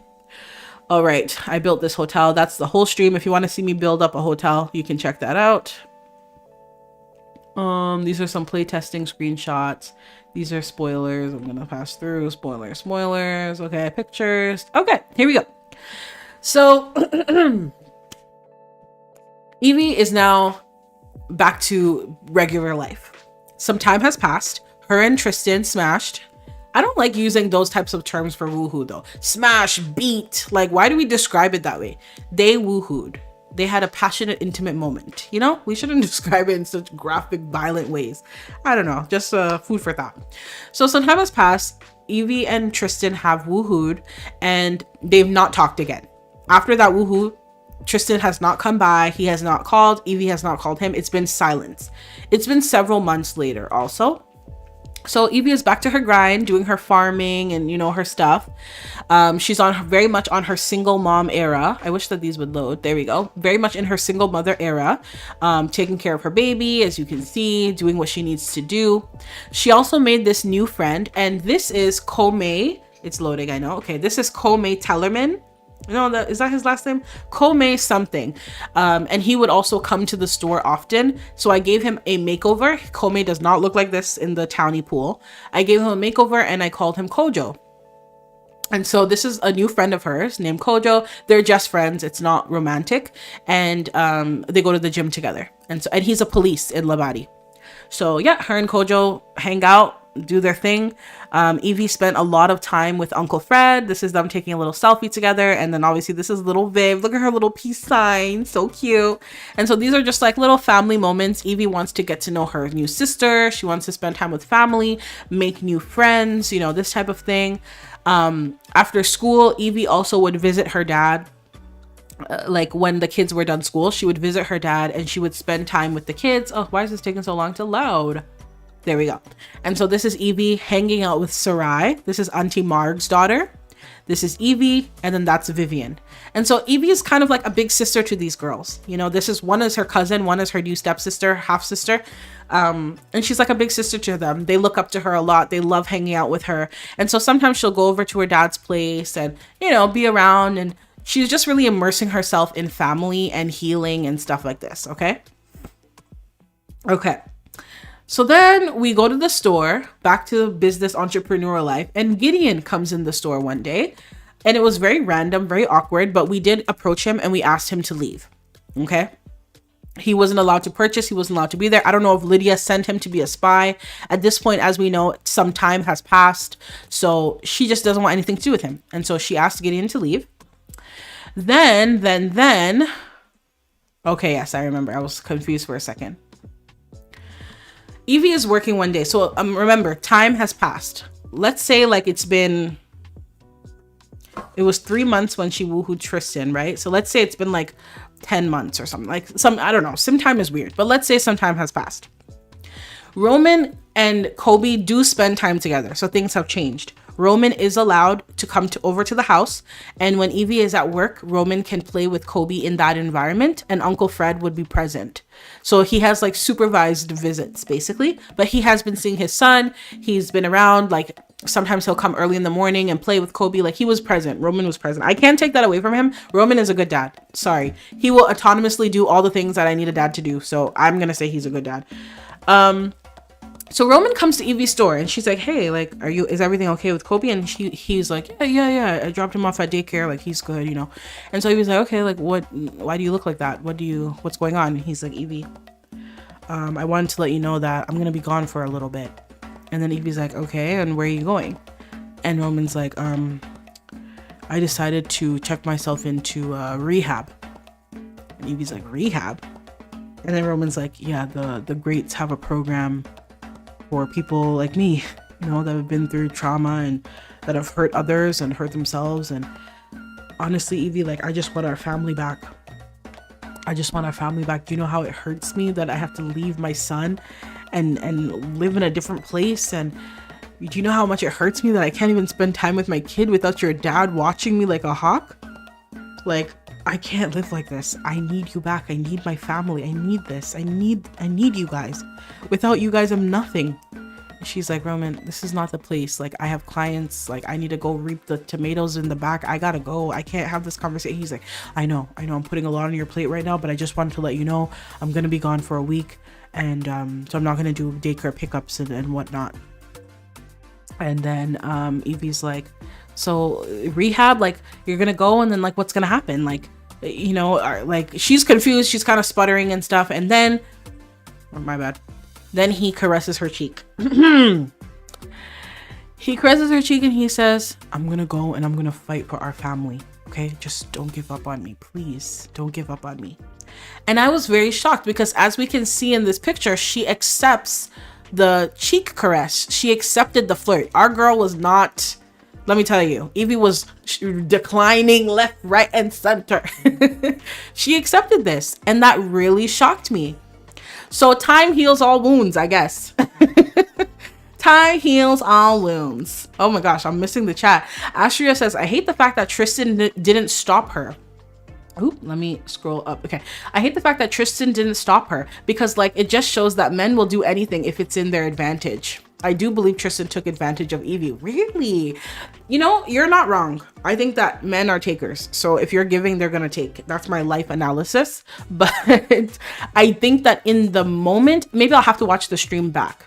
I think that in the moment, I didn't take it as Tristan taking advantage. Maybe he did.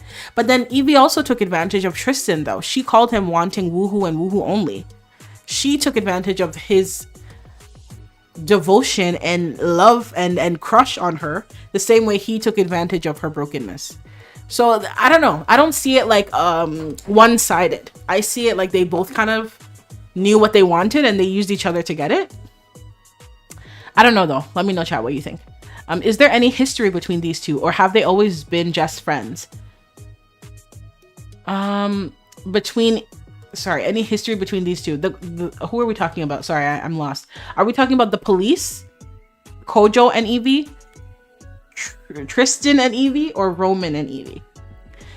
I'm gonna answer for all three. Roman and Evie, obviously they're married, they have a kid. We all know, you know, their story. Tristan and Evie, they have no relationship. Tristan and Evie only met because Tristan used to live in Tomarang. But then when Roman was getting married, he wanted his best friend to be his best man and be involved. And so Tristan flew into Labadi and showed up basically to support his bestie getting married. So Tristan and Evie met, and Tristan understood, this is my best friend's wife. Like, she's off limits to me. Like, she's just somebody I'm cool with. And through them being cool, Tristan developed a crush on her. But they don't have any prior romantic relationship. And then Evie and the policeman, Kojo, don't have there's nothing between them. Go off, Astria. Speak your truth, per. Nah, Tristan is Evie's ex-husband's best friend. Yes. Yes. And they're not officially ex. I know you put that in brackets. Exactly. Because they're separated. And during the single era, Tristan would help her a lot. Exactly. Tristan would come over to her place, throw out her garbage, clean her dishes, clean her counters, pick up Kobe, feed Kobe. Tristan was present. Like, Tristan was like Kobe's second dad, or like a very, very good uncle, you know? So I don't know. I think that he didn't just kind of slip and slime in and woohoo and leave. Like, he was actually involved and helpful, you know? Sorry, let me continue reading here. Rehab. Yes. Okay, Frank landed from the pit. A friend of mine was telling me to watch The Pit. I need to get into it. Rehab for cheaters. I think it's for cheating, for narcissism, for you just killed somebody. You unalive somebody in your driveway. That's trauma. So he's going through like a rehabilitation program to help him kind of heal and be one with himself. And Labadi, the greats, they're very holistic. They care about the body and the mind and the soul and the interconnectedness, that kind of thing. Too little, too late, too self-centered. It's too late, sad girl. Roman can't redeem himself. He was so attention-seeking for this. I know. Somebody said, get your hands off her. That's his whole life. You guys are so funny. Oh my gosh. Get your hands off her. Why is she not rejecting the interaction? Hello? I was shocked. I was so shocked. She needs to go no contact. So she tried, Yarn. She tried. But this girl wants what she wants. I gave her Joe card. Did you see how fine he was? And she said no. She said no to my beautifully crafted alternative. Like, this girl wants what she wants, man. So this moment was definitely like, I was like, whoa, okay. She accepted the caress. Evie, is he changing your heart?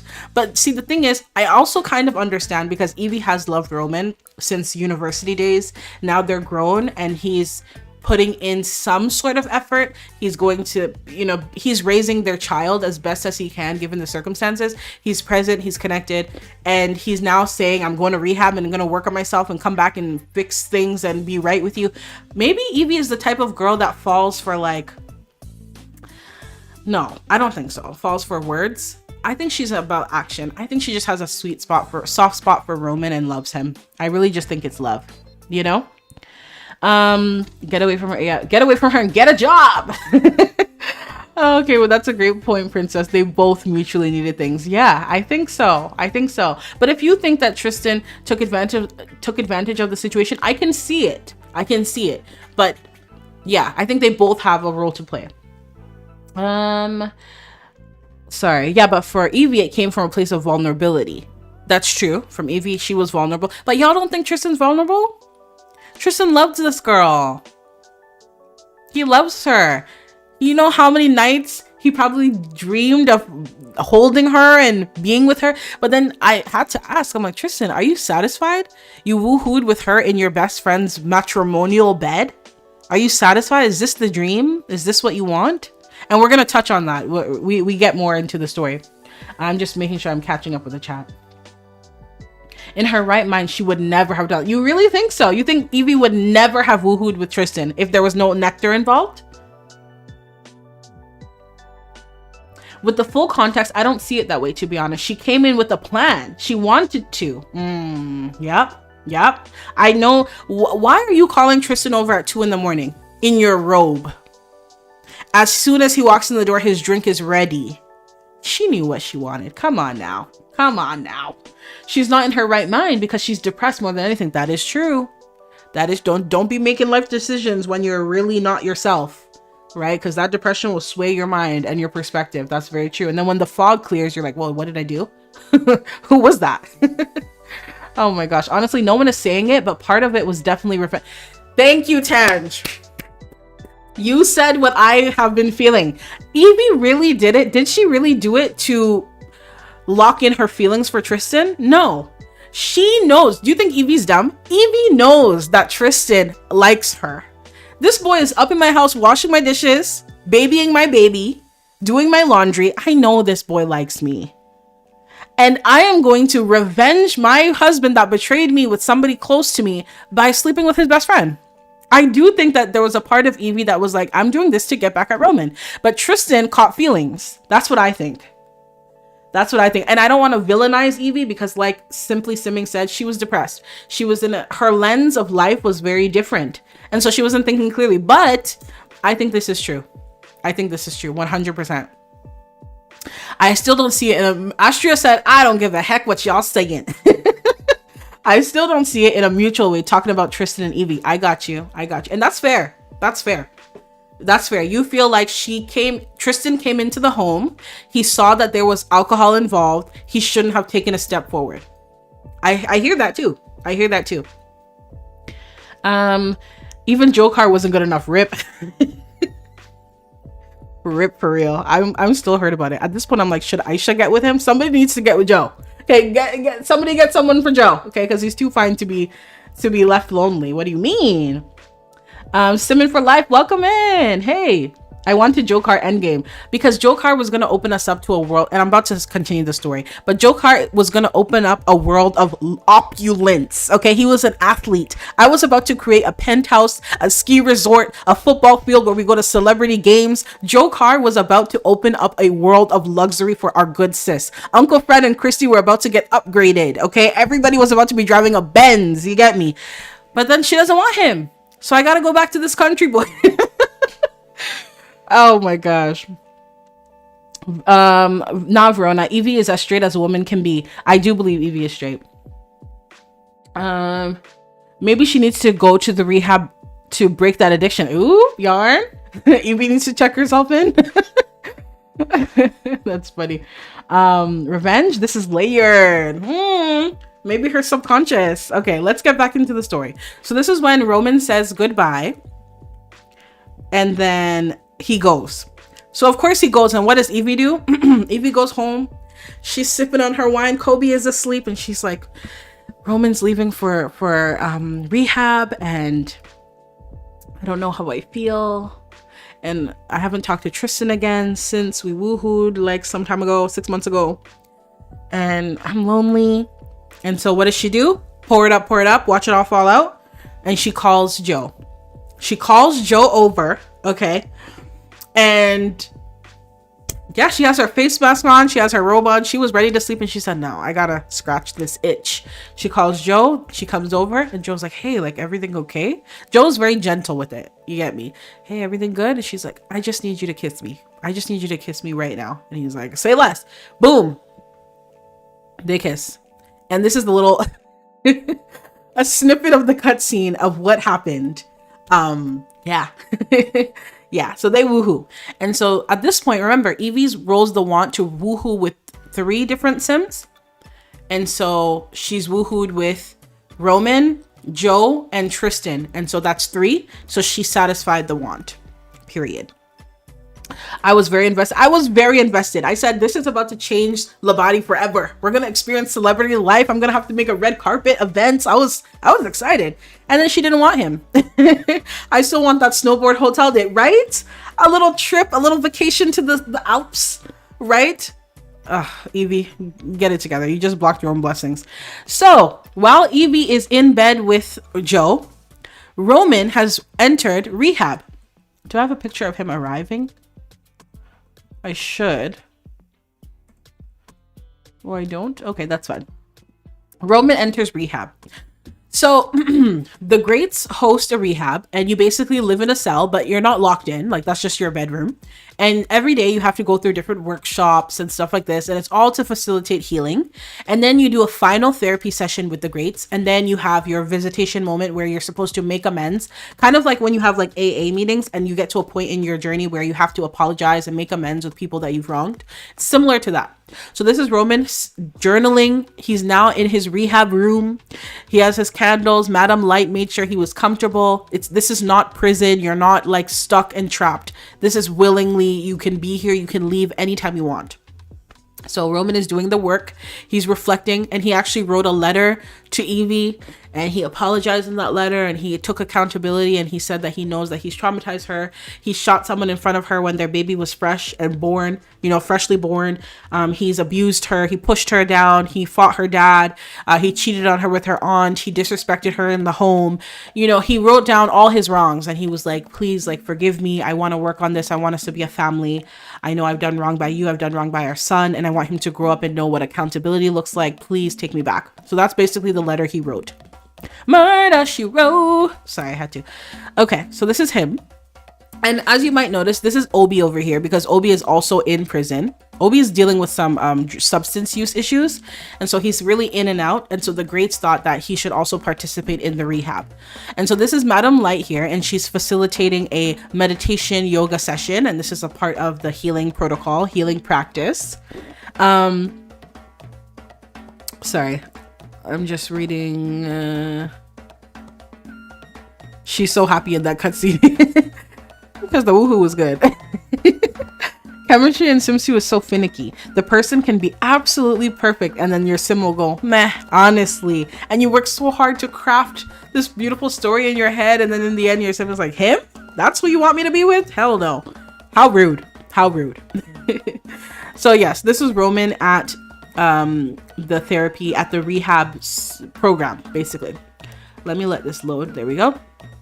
So he's doing his thing. He's meditating. He's pushing out the trauma and inhaling the possibilities of life, as we can see. It's still loading. Sorry, y'all. Let me come out of it and come back in. Okay, let's give it a moment. Murder, she wrote. It's such a Obi is such a messy sim. I find him funny. Honestly, me too. I really want good for Obi. Like, Obi, can you get it together? Can you get it together, please? I love you. I'm rooting for you. I want to play you rotationally, but I can't if you're always in prison. Please. So another one of their healing practices in rehab was to chop up bonsai trees and just kind of be like in a flow state in terms of like creativity and meditation and stuff. Some more things that they did was like flower arranging as well, being one with nature. So this is Roman doing that. He really immersed himself in the program. It was him, Obi, and Madam Light. So it was, it was a lot. But we all have to remember that Roman and Obi don't like each other. Because when Roman and Evie threw a birthday party for their son, Obi was invited because, of course, Obi's like a family friend. Obi comes through. Excuse me. Obi comes through and then he tries to kiss Evie at a family-friendly function. And so Roman slapped the hell out of him. So it's like, what? You're coming to my child's birthday and you want to kiss up on my wife? Are you dumb? So Roman slapped him. So after that, they don't really like each other. But Roman also understands like Obi was struggling with substance use and he's still struggling. So there's no beef at this moment.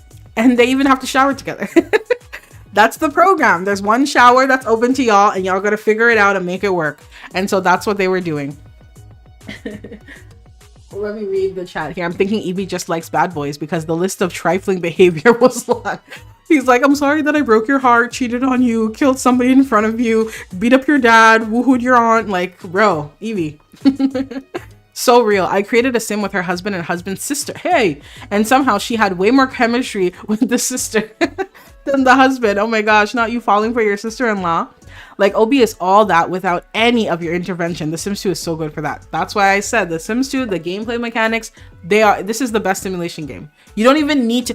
I didn't tell Obi to keep stealing our newspaper. I didn't tell Obi to run up onto Uncle Fred's property and kick his trash can. I didn't tell Obi to kiss Evie. Like, the game gave me all of that material. Come on, come on. Low-key, I love Obi. I really want him to get it together just enough. Everybody needs that one friend that keeps their edges a little rough. And Obi is that friend. But I 100% agree. I want Obi to do well. I want him to thrive, and I want him to be like a recovered, interesting, lore-filled character, you know? Maybe he'll one day sit with Kobe and tell him some stories. And, I really want him to be healthy. So, I don't know what that's about. So this is Roman. I don't know why I have that picture there. So this is another night, and all of them sat by the fire, and they had to talk about like their fears and, you know, what they want out of life. And they had to throw away their fears into the fire and kind of like let go of all of that. And so this was really nice. Low-key, the rehab part was a very fun arc to play. It was also very healing and lovely. And then you guys, look at this. Look at this sweet moment. I know it's loading. Let me give it a second to load. Let me give it a second. There we go. After they threw all their worries and sorrows in the fire, Obi and Roman, they decided, you know what, bro? We're cool, man. We're cool. And they hugged. I love it. Love it. They hugged and they hashed it out. And Roman's like, I'm really wishing good for you. Like, I want you to get better. I want to get better. Like, I love you, bro. And they hugged it out. And it was really, really nice. So that was sweet. I'm sorry. That was really nice. Somebody said I've been gaslit by Roman. Astria said I was low-key manipulated by Roman. You listing everything Roman has done to hurt Evie is insane. Lock this man up. But when I get reminded of everything Roman did, I'm just so disgusted, right? Look, oh, I read that one already. Like when he's old, he'll be that old guy on the porch with good stories, but always trying to burn a bum of smoke. Exactly. That'll be him. Rocking on the chair like, hey, in my day. Exactly. The romance, right? I liked it. That was really, really lovely. Okay. So the final part of the rehab was Roman's physical strength, because we were talking all about the mental and the internal, the emotional, but the greats believe that it's holistic. Your body is not a machine, your body is a system. And so there's a physical fortitude. So Roman had to do the military course over and over and over. As we can see, he's climbing up on the wood, and he had to run through the bushes, and he had to climb and jump and this and that. All the while, Beza, I wish I had a picture, don't I? No? Beza the Great, this is Beza, was watching him and basically coaching him as he was up. Every time he'd fall down, Beza would be like, get back up, get back up, get back up. So it became like a training course. It was very powerful in my opinion. So finally, Roman and Beza, this is like the final session before Roman has to make amends. Roman and Beza sit down, and Roman and Beza discuss, Roman, what did you learn in your time here? So they sit down, they have a cup of coffee, and Roman starts talking about how he wants to go back home and make everything right. I want to go back home. I'm better now. I'm going to show Evie. I'm going to prove to everyone that I'm better. I'm healed. And Beza kind of felt like, son, I feel like you're missing the mark here. I feel like you're missing the lesson here.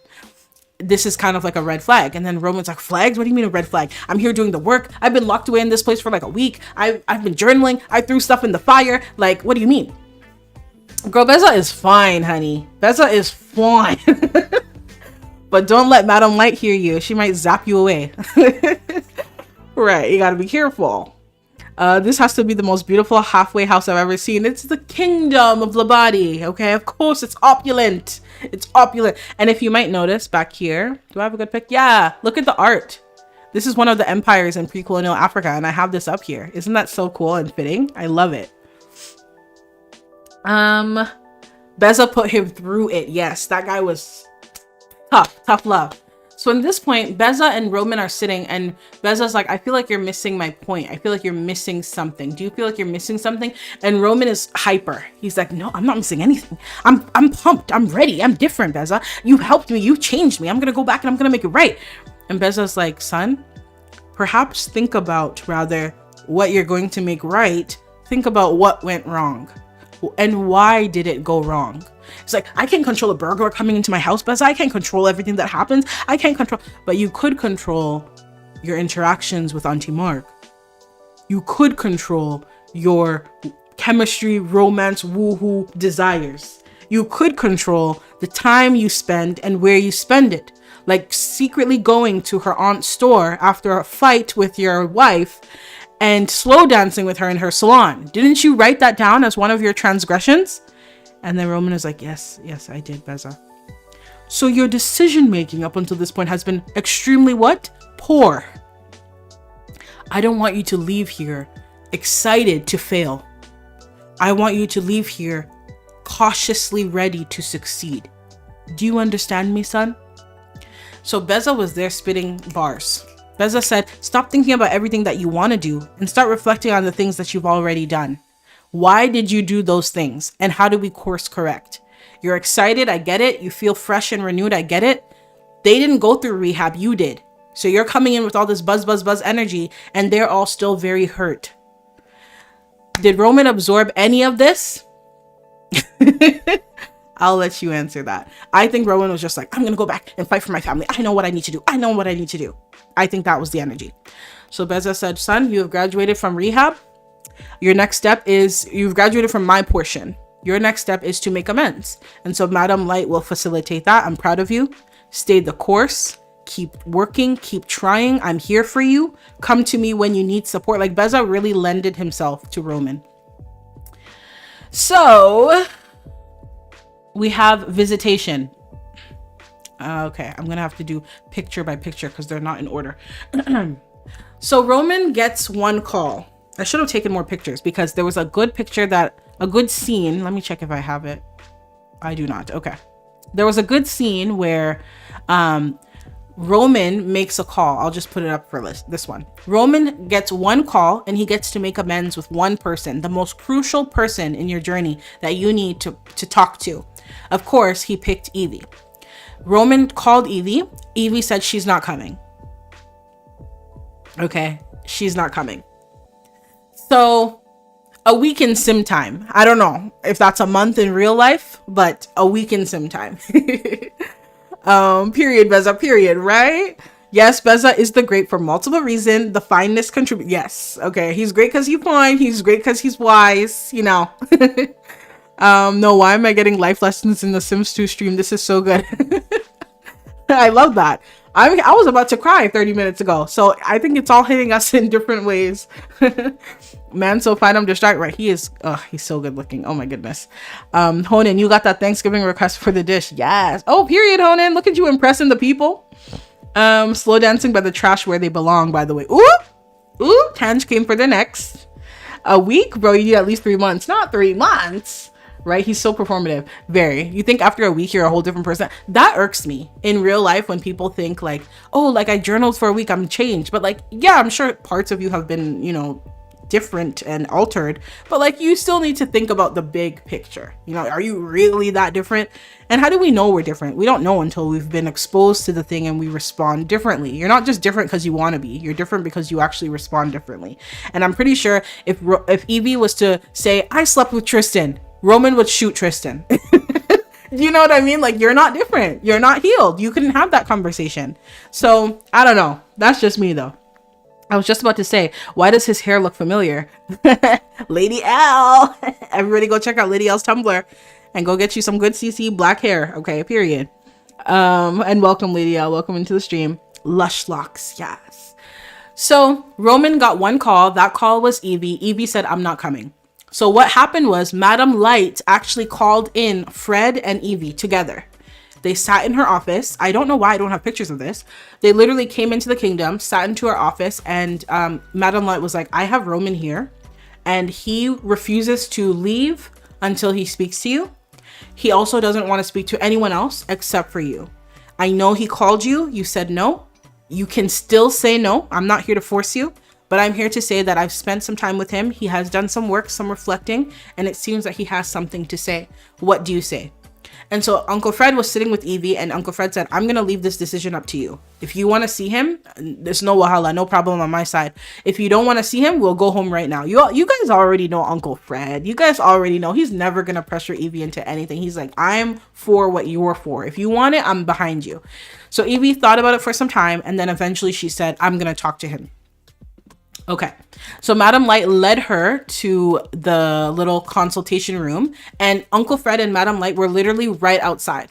I don't know why I didn't take pictures. I need to remember to do that more often. I mean, I feel like I'm taking a lot of pictures, but you know. People think just because they put forth effort to change, that makes them entitled to forgiveness. Louder. And a part of changing is realizing that sometimes people won't forgive you, and you got to accept that. Conan, I'm going to screenshot what you just said right now. I'm going to screenshot that and mail that out to everybody that needs to hear it, because absolutely, I'm literally taking a picture of this. Absolutely. And I think even in my personal life, It is very agitating when somebody wrongs you, apologizes, and then wants you to get over it at their pace. I said, I'm sorry, I apologize. Why can't we move on now? Are you insane? You just did something horrible to me. I can't move on at your pace. I need to, there's a process. But people are so entitled not only to your forgiveness, but to your bounce back, to your access to your normal self, access to your joy. Like, no, there's a process. You've wronged me. It takes a minute. Back the hell up. Be patient. And the fact that you can't tells me you're not actually even sorry. You just want to stop feeling bad. Girl, don't get me started. Don't get me started. Rehab lessons don't count until they've been pressure tested. Exactly. All the gems you get from rehab, they're good, they're valid. Try them out in real life. If you still fall back and your nervous system is dysregulated, you're probably not healed. You know what I mean? Tristan might need to skip town or hide the pew-pew. This is the moment I am like so afraid for, the showdown when Tristan, thank God Evie did not get pregnant though. Oh my goodness, that would have been crazy. When Tristan and Evie either get together or he finds out that they've woohooed in the past, I don't know.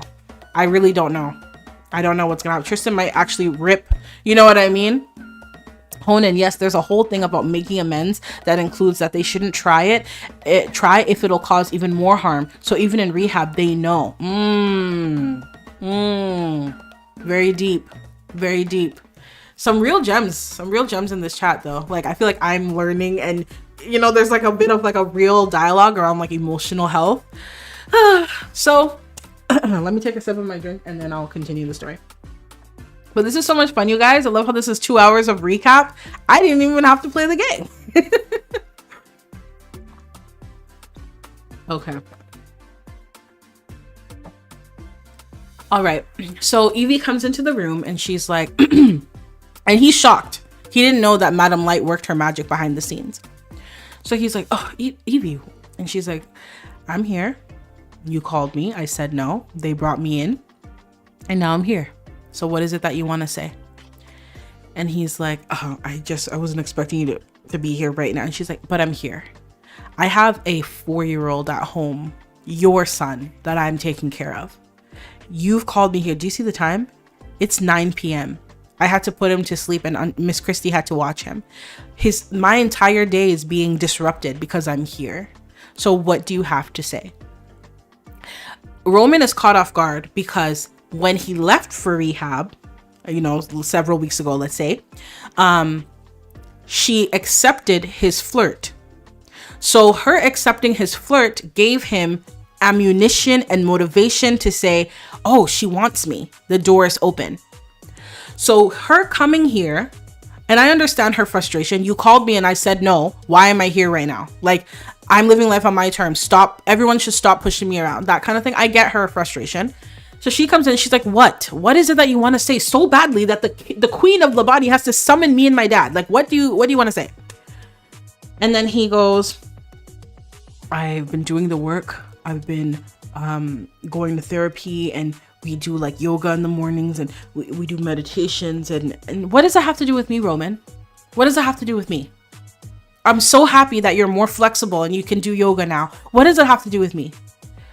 Evie, I'm saying, it's not about being flexible. I'm saying that I've been doing the work to be a better husband for you. So they sit down, and then she's like, and what is the work, Roman?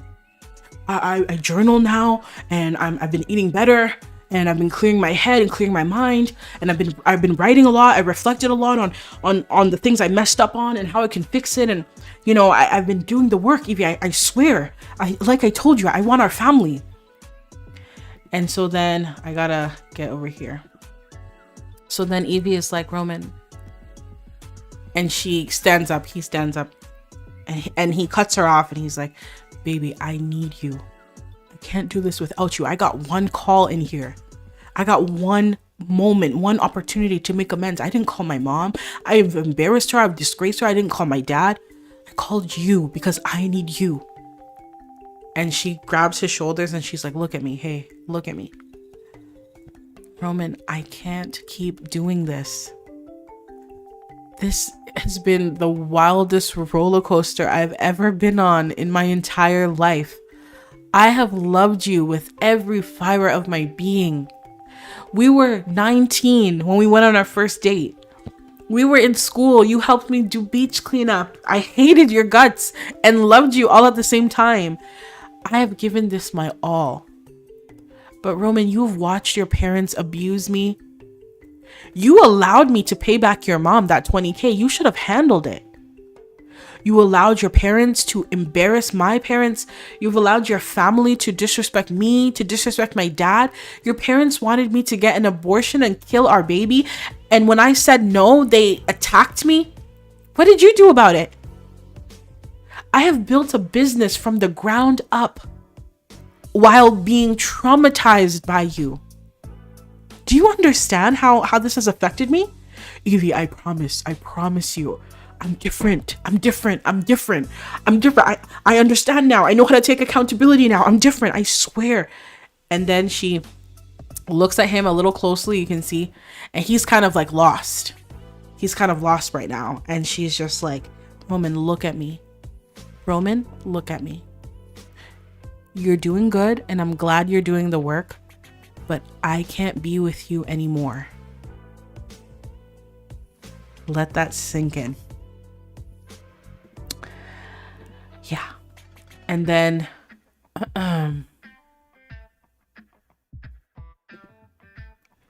Evie walks out. She's like, I'm sorry. And she walks out.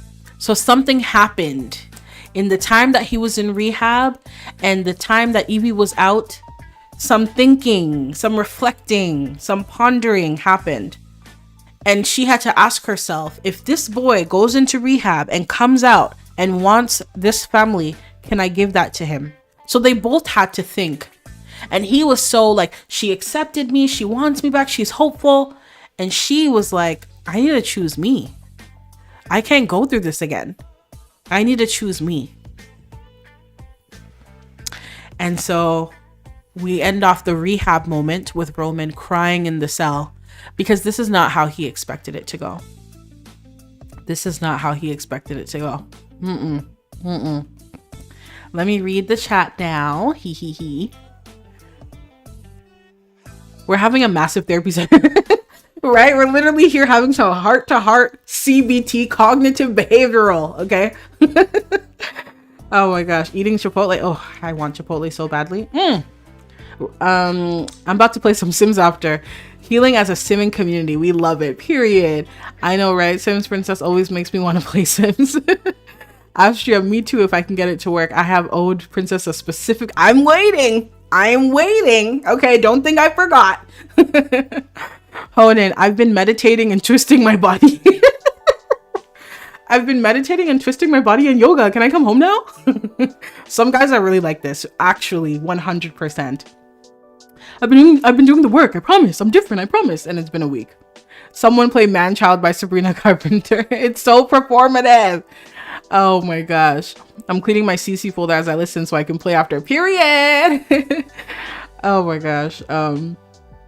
Roman is literally the definition of somebody's son meme, right? Pay me 20K and I'll consider forgiving you, right? Give me back my money first, then we'll talk. Which is actually, not a bad idea at this point. He should give her the money back. Evie, why are you not applauding me for my effort, right? Why don't you want me anymore? I did all these things. You're not different, Roman, because if he were, he would have just apologized to Evie once again and called it a day and moved on. I gotta put me first, Lucius. I gotta put me first. That's exactly what Evie said. Evie said, I thought about it and I'm okay alone.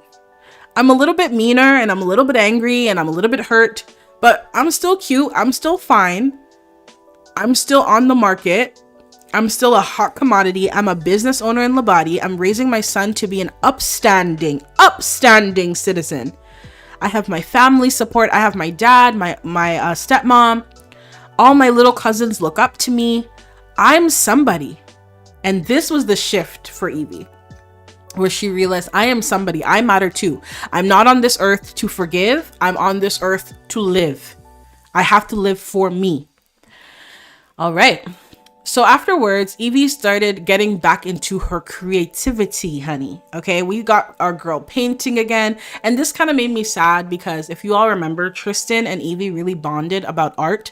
Evie's been so busy with being a wife, being a mom, being a business owner, she hasn't really been able to get back into her creativity bag. And Tristan is an artist. And so they always bonded that way. And I was like, man, it'd be really nice to, like, you know, see them do some paintings together or something like that. And then... okay, let's see what happens here. This is Mochi. It's loading, so let's give it a second. If you are enjoying this stream, thumbs up. Be sure to like. If you haven't subscribed and you're having fun, feel free to subscribe. And yeah, this is just a scary picture of Mochi. I don't know why I took this, but I think it terrified me. It terrified me then because it's terrifying me now.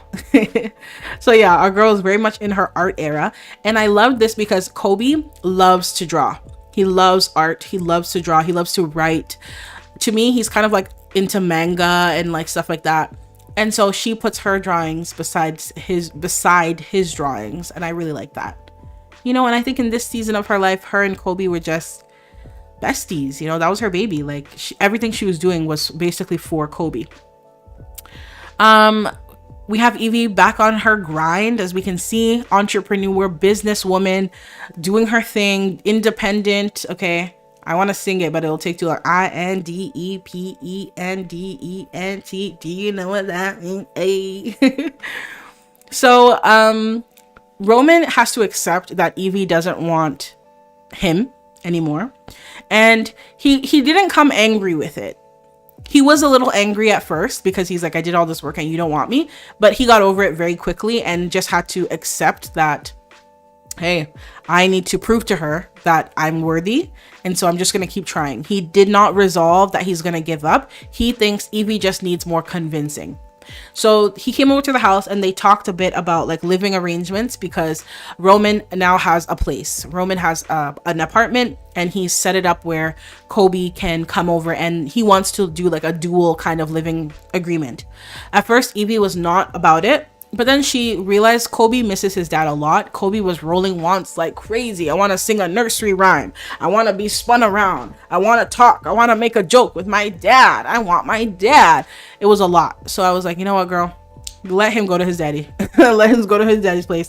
Let him do it. And so Evie and Roman decided that they would kind of split the living arrangements. It's not formal. There is no there is no child support because they're not actually divorced. They're separated. If they want to divorce, they need to sit in front of the greats and apply and go through that process. And they've not yet done that.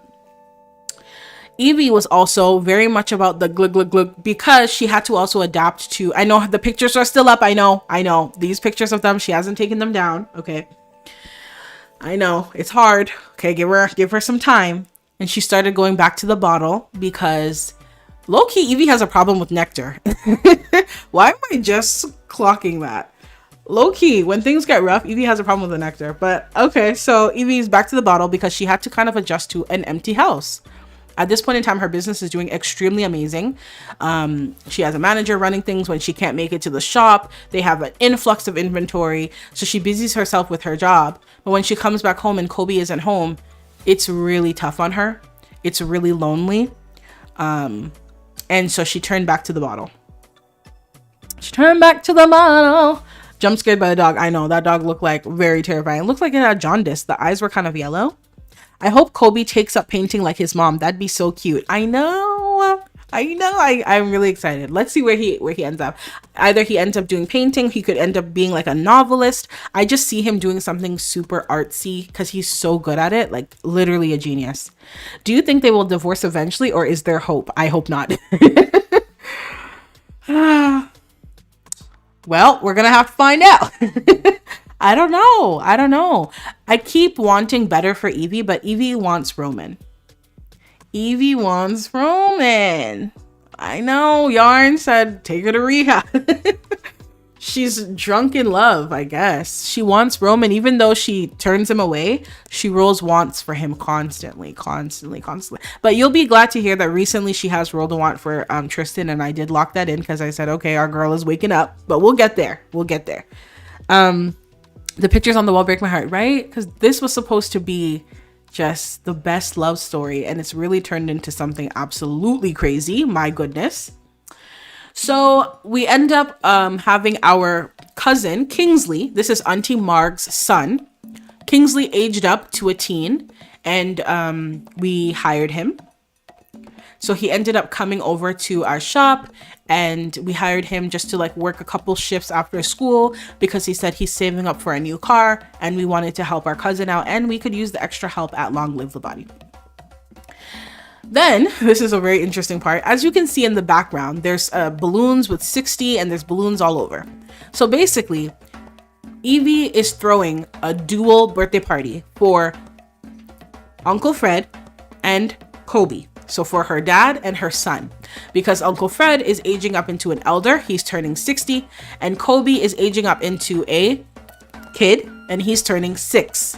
So we did a dual birthday, and because we needed more space than our home, we threw the birthday at Long Live Labadi. Now, the moment you're seeing here is interesting because Evie came to the shop. She set up the party. The party was very multicolored themed, rainbow themed, and the food was watermelons, fresh watermelons that she grew. So it was very fun.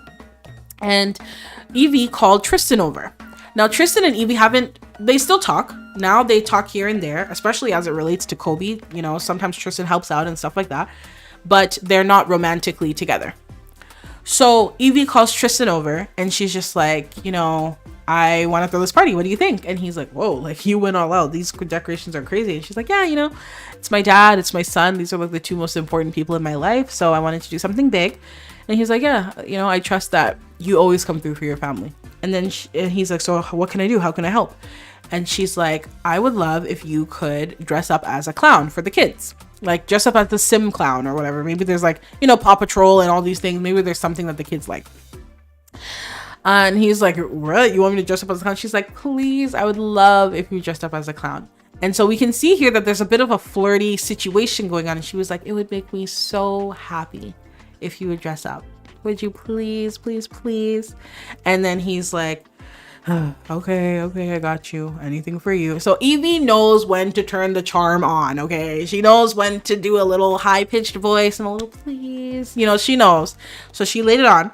But it's interesting because Kingsley was back here helping out with the setup. And he's looking at them and he was like, is that not Uncle Tristan, Roman's best friend? And my cousin is flirting with him. So what's his name? Kingsley is kind of confused and he's like, what's going on? But he clocks it and keeps it in the back of his head. Remember, Kingsley is the son of Auntie Marg. Yes, Auntie Marg who cheated with her. So Kingsley being here working in the store, it's a risk almost because he's exposed to some information and who knows if he's going to tell his mom. I'll leave it there. So at this moment, Roman is with Kobe and Roman has Kobe while Evie is at the shop. And this was right before I aged Kobe up. And so this is just a cute little moment. So we skip over to the birthday. Oh, sorry. Let me read the chat here. Evie being a wine mom is, I know. I feel like Evie would only divorce him if she found a sim she wanted to date or marry. Right. Like having a replacement, a ready available replacement. My girl needs therapy. That part. She only wants him because they're still married. Although in Sim PE, I changed their relationship so that they're not married anymore so that she could explore other partners. And she's still only rolling wants for Roman, even when the game is not identifying her as married to him. Lil Cuz all up in the Kool-Aid. Tristan is so whipped by it. That's what I'm saying. Tristan is whipped. This guy loves this girl. She could be like, Tristan, can you shoot every single dog in this neighborhood? He would probably do it. He's so whipped. He's in love. The yearning. Yeah. Oh, I didn't make the connection. That's Auntie Sen. Yep. So we end up having a party, as you can see, and we did like a petting zoo themed party. So these are just some pictures of the deco. I think I can do, let me go back here. Let's click this one. I gotta let it load. Big up to me for having all these screenshots though, period. Okay, so this is the beautiful birthday setup as you all saw. And then we get to see a little glimpse of Kingsley. That's Auntie Marg's son. His name is Kingsley. It's loading though, one sec. Let me click on it again to speed up the process. There we go. We get to see a little glimpse of Kingsley doing some work. He's very much in his, in his emo phase, as we can see. So he has like the black eyeliner and the dyed little locks and stuff. And we love that for him. You know, this is the time to explore your style. So Kingsley's working at the store and he has one ear glued to the cash register, one ear glued to whatever Evie's talking about, because he's like, interesting. And then I ended up building out Roman's apartment. So as I said, Roman is now living solo dolo. So these are some pictures of his apartment. If you haven't seen, I have the whole decorating stream. Well, it's not a stream, but the decorating video up if you'd like to see it. And so this is Roman's pad. And if you peep closely, Roman has some pictures. Him and Evie's wedding picture. Him and Evie when they were in college. Yeah. If you look back here, him and Evie on their engagement photo shoot. This is Kobe having some breakfast at his dad's place. So Kobe lives in both places and he has fun. He loves it. Kobe loves his dad, loves his mom. This is Kobe asking his dad for another pet, even though we literally have a dog already. Kobe's so cute here. I love him so much. So yeah, so this is Kobe's new normal. Half of his life is spent at his dad's place. Half of his life is spent at his mom's place. And then we have the birthday. Uncle Fred ages up into an elder, you guys. Uncle Fred's gonna leave us soon. He ages up into an elder. Let me find... Look at how cute this picture is. And this is his little daughter over here. Isn't it so cute? And he's like thinking of his wish. So cute. And Evie's like at the forefront, of course. We had lots of kids at the party too. This is Kobe's part when he got to blow out his balloons. Yep. And this is a new mom at the school. So she and Evie are going to get to know each other. And yeah, Uncle Fred aged up into a very handsome elder. Sorry, it's loading. Give it a second. Mom. There we go. Yeah. Uncle Fred aged up into an elder. I'm sad. I'm very sad because, you know, we know how it is. We know how it is. The elders have to die eventually, and that's really sad. Oh my goodness. And then Kobe aged up into, well, he didn't actually age up because he was already a kid when he attended the birthday.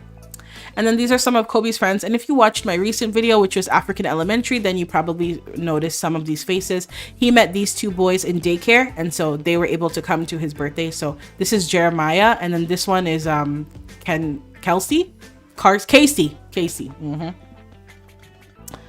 And then this is Kobe right here. Loading. And his wish for his birthday was that his parents would get back together. I wish that my mom and dad would love each other again. Awesome. And then, yeah, everybody was just very excited for his birthday. Aisha came through looking all good. And Aisha is about to get a storyline in this thing. About to play her actively. I'm just getting things prepared. And then everybody, you can see Tristan definitely came in as a clown, just as Evie ordered. So everybody was just excited. Roman is here, and Roman and Evie are both wearing green because they wanted to match. I guess Roman wanted to match her. Who knows? Maybe they planned it. But yeah, this is Evie and her daddy. Let me take a pic. Let me show you the pic rather. Yeah. They're so cute. I love them so much. I can't accept that soon Uncle Fred will not be here. And I took this funny picture. I posed them. In my head, Evie had too much to drink, and so Uncle Fred and Auntie Christy had to carry her out. So I got them in this pose here. This was just for fun. Uncle Fred is the only man I respect. That is so funny, Simply Simming, and I agree. Oh my gosh. I think family sims stay hung up on the first person they fall in love with. Yeah. But Evie is not a family sim. Evie is knowledge. Evie is knowledge, and then Roman is money. Fortune, I guess I should say. So this is Uncle Fred here. I wish it would load. Maybe I need to give it a moment. And we're coming to the end of this recap. I hope y'all enjoying. Hope y'all having fun. Okay. So this is Uncle Fred. He has his little drink in his cup, and he's talking with Tristan and Roman. So in my head, time has passed, right? Lots of time has passed since all the things. And so Uncle Fred has to kind of tolerate Roman. Uncle Fred is in Kobe's life. Roman is Kobe's father. Roman is present in Kobe's life. Sometimes they might have to do drop-offs and pickups, and they're raising the child. And so Uncle Fred, over the years, his heart has kind of calmed down with Roman. He doesn't like him so much, but he's calm. They're neutral. And so, yeah, this is Uncle Fred chatting with Roman and Tristan. And it was kind of nice to see because so much has happened over the years. I anticipate that Roman, Tristan, Evie, they're probably in their early 30s now. Like, I think they're all like 33. So some time has passed if you think about it. Then at the party, Roman and Evie were sitting down, as they should. They're the parents in question. And they were talking casually. And so Roman was just like, how are you? How are things? And then Evie was saying, Kobe has been telling me about his new room in your place. And he says that you decked it out and it's like literally the best thing. Oh my gosh, you guys see in this far corner? Look who's watching over here. Kingsley. It has his eye on this situation. Look at him back here through the glass of the greenhouse. My goodness. Okay, so Roman is like, yeah, I decked out his room. It's like space themed and there's like drawings and everything. He loves it. I got him like a bunk bed. And then Evie's like, that sounds so amazing. Like, I would love to see it, because Evie has never been to Roman's place before. Notice that Tristan is back here. And Tristan, hey, 33 people in the stream. Hey, everyone. I hope that you're all enjoying the recap stream. Thanks so much for being here, and happy Saturday. Thanks, Yarn, for pointing that out for me. So Tristan is peeping game and he's like looking at this situation. We're now in the era of Tristan kind of thinking to himself, if I want the girl, I got to go after the girl. You know what I mean? So he's kind of looking, he's like, what's going on here? Are they going to get back together? Like, what's happening? And then we have this lovely picture. Of course, Uncle Fred and Auntie Christy are turning up, enjoying their life. These two are my favorites. I absolutely love them so much. And then we have these beautiful photos that I took celebrating. It's loading. There we go. Celebrating the birthday. And so we have our big boy, Kobe, 6 years old. Talk to him nice.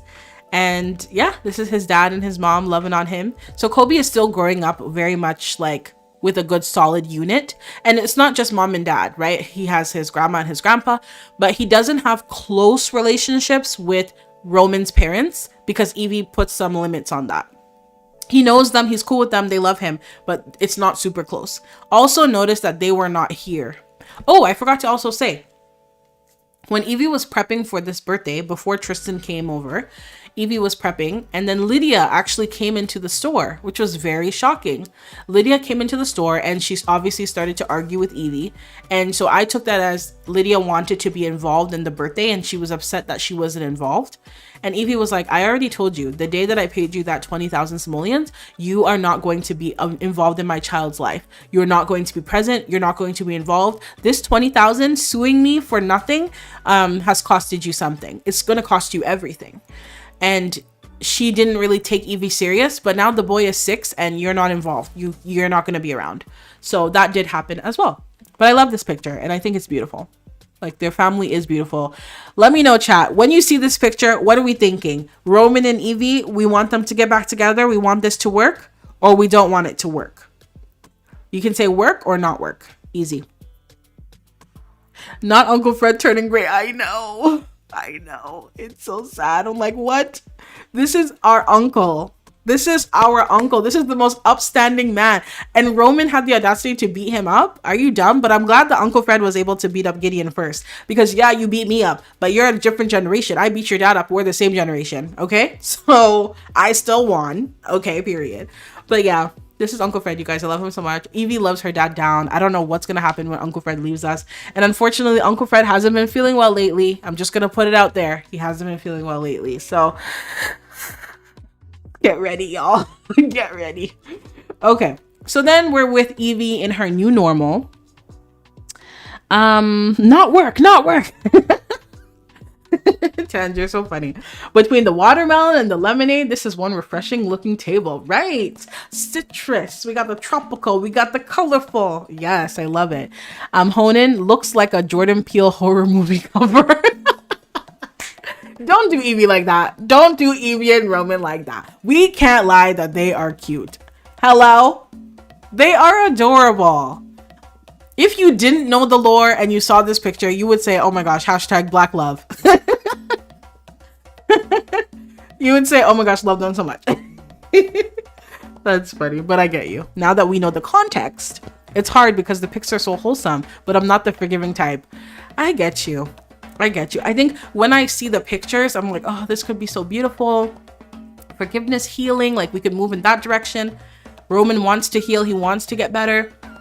But then I think about everything that's happened, like that long laundry list of things he's done to wrong her. And I'm just like, man, you know what, Evie?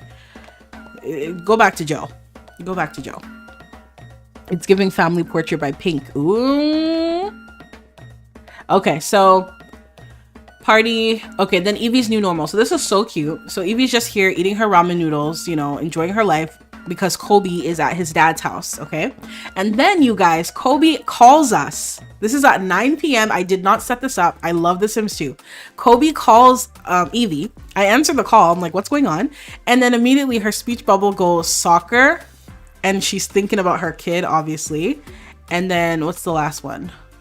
Okay, soccer and thinking about her kid. So Kobe calls from his dad's phone and he's like, Mom, Dad won't let me play my soccer, my FIFA. And then she's like, yeah, of course, baby. He's not going to let you play because it's 9 o'clock. But you always let me play. But you know the rules. Weeknights, no video games past 9, okay? So go brush your teeth and listen to your dad. And then as she's talking to him, she's just thinking like, I love my kid. But I thought that was so cute. I think one of the speech bubbles that came up was school. So I was like thinking that it was like, it's a weeknight. School is tomorrow. You know that you can't play the game until 9 o'clock. Get off the game and listen to your dad. Do you want me to come over there and pick you up? No, Mom. Okay. Love you. Bye-bye. I love it. I love it. Ooh, Imani. I'm writing it down. What if Joseph ends up being the soccer coach? Hey, so you people, you guys want drama. You guys want drama. Okay, Joe Carr. I wrote it down. That's a really good idea. Whoa, because imagine if a small African town, island, could get a famous football player who comes to the island on his off season to coach the primary school's soccer team. Like, that's pretty stellar. That's pretty stellar. Okay, I wrote it down. That's a good one. That's a good one. Okay, so that was a cute moment. We're getting to the end. So. Evie is living up her single girl era because at this point she's basically decided that she doesn't want to get back with Roman, right? So she's alone. Roman and Kobe are very close. Roman loves this boy down. They do everything together. Like, Roman is really in his dad era. And I think he's not even thinking romantically right now. He's just thinking, how do I raise my kid? And also, how do I make a name for myself and get my business off my feet? So, excuse me. I forgot to show screenshots. I guess I don't have them. But if you watched my video of this episode, then you would have seen. Evie ends up picking up Kobe from his dad's house. Okay, maybe I have screenshots. Let me check. No, I don't. That's crazy. Why don't I have screenshots of this? Okay. So Evie ends up picking up her dad for his... Oh, I do. See? I have one. Evie ends up picking up Kobe for the first time she comes into Roman's place. So she's like, knock, knock. And then she sees him on the couch watching a little movie. And this is when her heart does stir, okay? Her heart stirs a little bit because she's like, they're so adorable together. They're so sweet. They're so cute. Look at my little baby loving his dad. Look at this cute moment. And they look alike too, right? So it's very sweet. So she's like, all right, I'm here to pick you up. Like, let's get going. So they give each other a couple more snuggles. Look at Kobe loving on his dad. So sweet.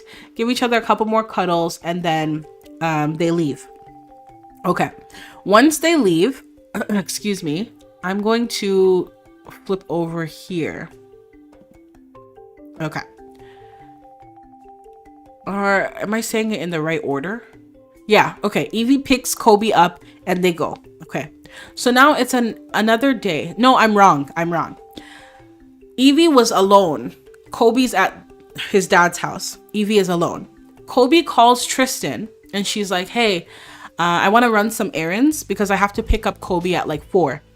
Do you want to go with me to the market and stuff? I'm just like casual errands. And he's like, yeah, I got you. I'll come through. Because they're cool. They're friends. So it's fine. So they go to the market and they're talking.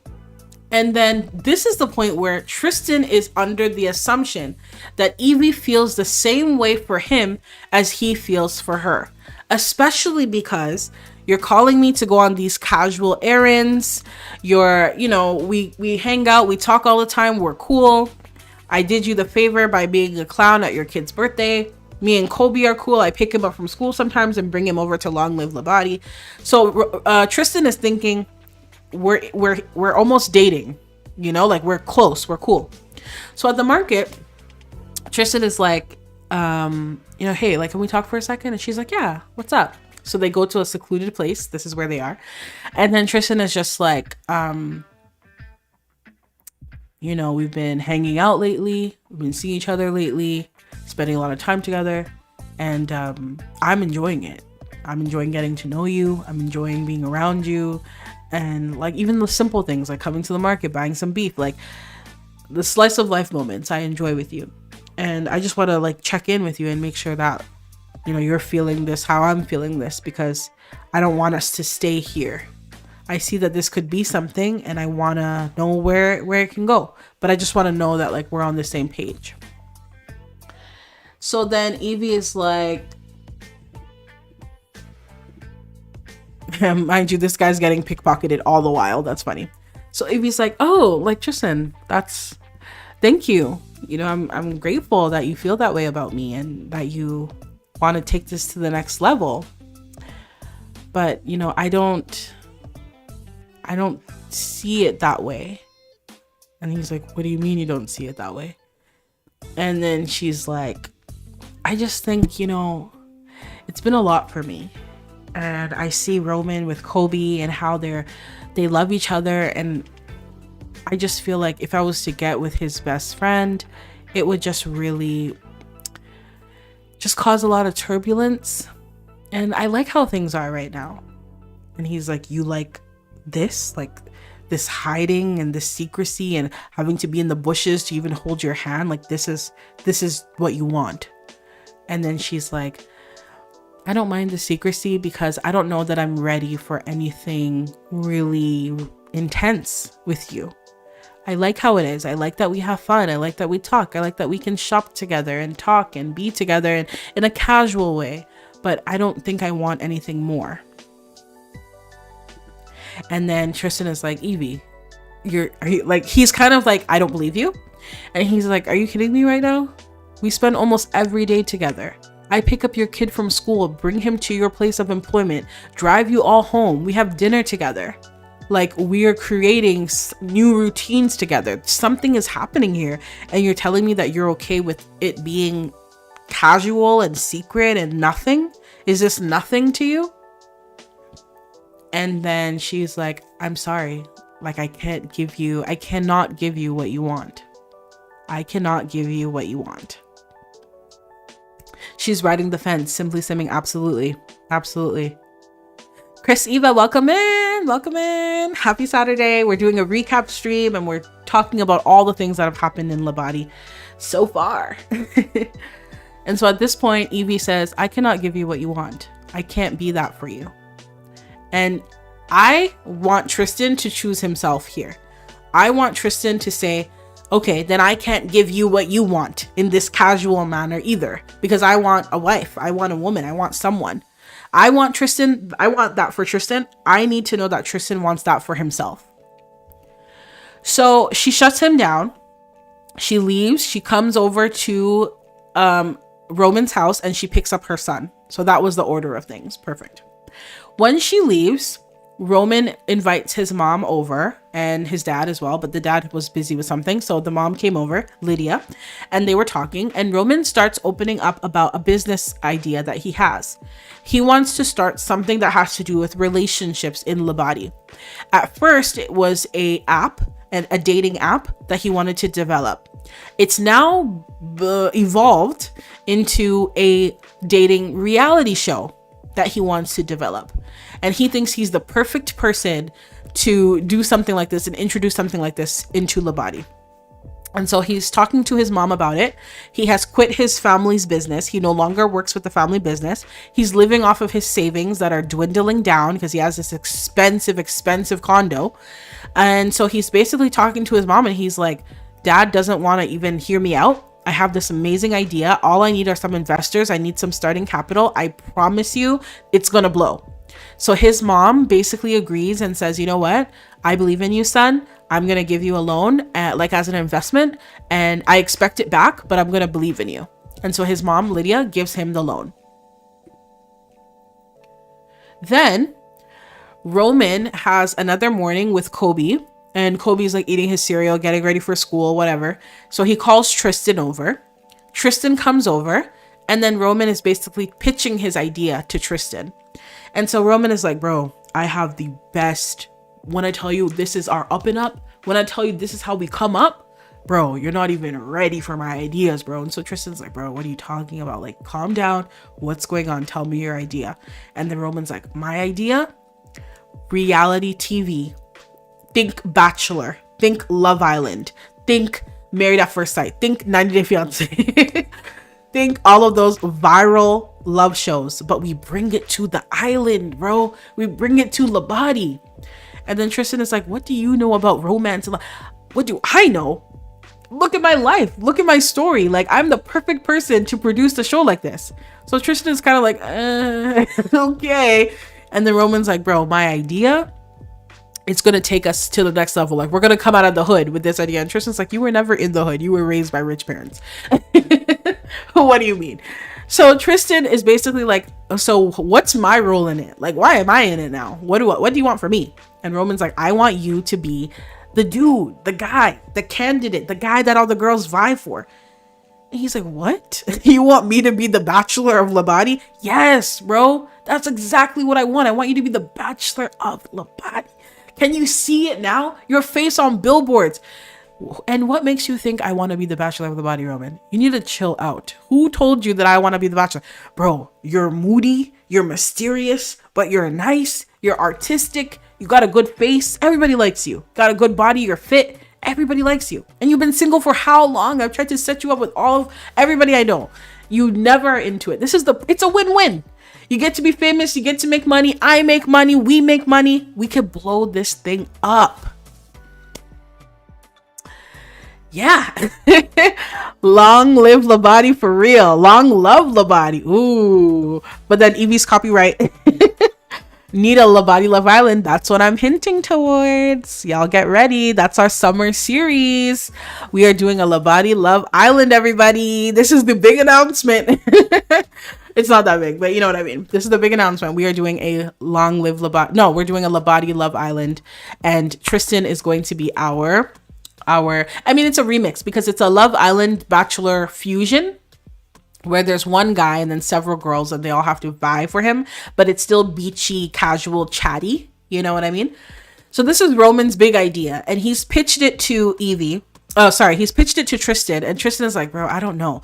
The reason why Tristan is like, is because he knows that he just told Evie, I have feelings for you and I want more. And he's hopeful that Evie will want more too. So it's like, if I position myself as a single Bachelor of Labadi and my face is all over the billboards and stuff, it's going to ruin what I might want with Evie. So Tristan is kind of like, I don't know. You know what I mean? That sounds like it's going to be a fun series. It is. I'm already working on it. You guys are going to enjoy it. It's going to be so good. I'm going to really work hard. Actually, as I have you all here, haven't you noticed that the production value of my videos, not my streams, but my uploads, has increased? Haven't you noticed that some effort has been put into the videos? Not that effort wasn't being put before, but some additional effort. Haven't we noticed, chat, that Princess is on the up and up? So this is me really committing to the bit. The bit is that I'm a content creator. And so I'm committing to it. And this summer, I'm like, I want to have a really good summer series. Like, not a ton of episodes, but something like super high quality, really fun, really interactive, engaging. And I'm like, well, he's about to go on The Bachelor, so this is perfect. Let me turn it into a whole production. It is going to be so good. Oh my gosh, you're not ready. You are not ready. This is so funny because one of my Sims 2 fantasies is making a Love Island game, but I have no clue how to even do it or how to make it work. Girl, me neither. I gotta go read into the mods. You already know. Remember us when you have 1 mil. First of all, amen to that. Second of all, of course I'm going to remember you. Of course. Remember me when you blow. How about that? Yes, you are going pro. Hey, okay, so y'all notice the production quality has gone up. I'm really trying to be serious and also keep the fun alive, of course, but yeah, be a little more serious with the channel. I'm really hoping that it grows into something that I'm proud of, I guess. So yeah, okay, so that's the big announcement. We are doing the summer series of Labadi Love Island, y'all, and Tristan is our he's our dudette or dude of the moment. These are just some random pictures. This was when Evie and Tristan were having their little talk. I can show these to you. I don't know, Evie. I think that you're hurting the boy's feelings. She asked him, what do you fear? And he said, I fear getting rejected for making out. He's like, I can't accept that you don't want me. You don't want more than this? Like, Evie, I could give you more. This could be something. She's like, slow your roll there, Jimmy. Slow your roll. Which is interesting. So this is Roman working extremely hard on his business idea and really trying to get everything into production, aka waiting for the watcher to do it. These are some outtakes of Kobe dancing. So now we're at present day. Excuse me. Now we're at present day. Why are we not loading? Load it, load it. I gotta keep clicking, my goodness. Give me a second, y'all. It should load any second now. There we go. Yeah, so this is just outtakes. Kobe having some fun. His grandpa's just watching him and he's just enjoying himself. And then I took some cozy gifts. I posted all of these on Tumblr, these gifts you're about to see.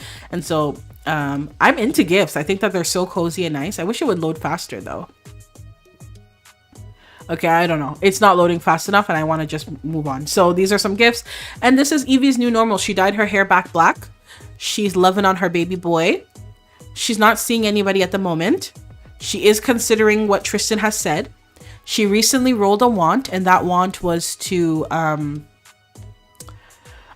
this picture is so pretty. I love anytime they're sleeping. I just love it so much. I don't know why I love seeing my Sims sleep. Let's wait for it to load a bit because it's taking a long time. Yeah, she's not seeing anybody. She's not into that kind of thing right now. Evie is just focused on her business and her son. And she has Tristan's thought in the back of her head. I don't know why it's not loading. Sorry, y'all. Maybe I need to refresh.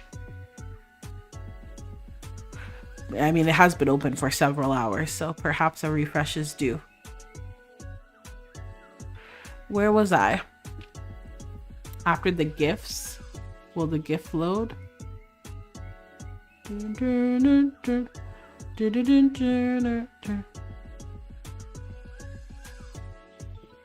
you don't want to load? Okay, my computer must be protesting. I'm so here for this. Hey, man, that show is going to feel so personal and petty to Evie when she sees it.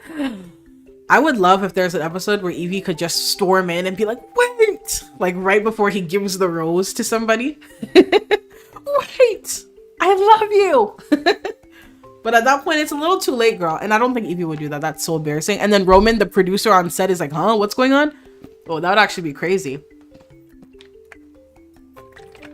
Okay. So, I'm just going to have to show you the pictures from this view because they don't want to load. So yeah, Evie's gone back to her new normal. Back to black hair, back to business as usual, back to stalking and, what else? She recently met Darren Dreamer. If you all watch my video, you know what I could do? Let me do this right here. I have the pictures in my folder. So I'm going to just open them from the folder. Yeah, that's what we're gonna do. Let me scroll down. Let me scroll down. Let me scroll down. Let me scroll down. Hold on. Hold on. There we go. Boom. She recently met Darren Dreamer. Let me make sure you can see. Yeah, you can see. Okay, perfect. And Darren Dreamer, I did a whole video on him, the only black man in Pleasant View.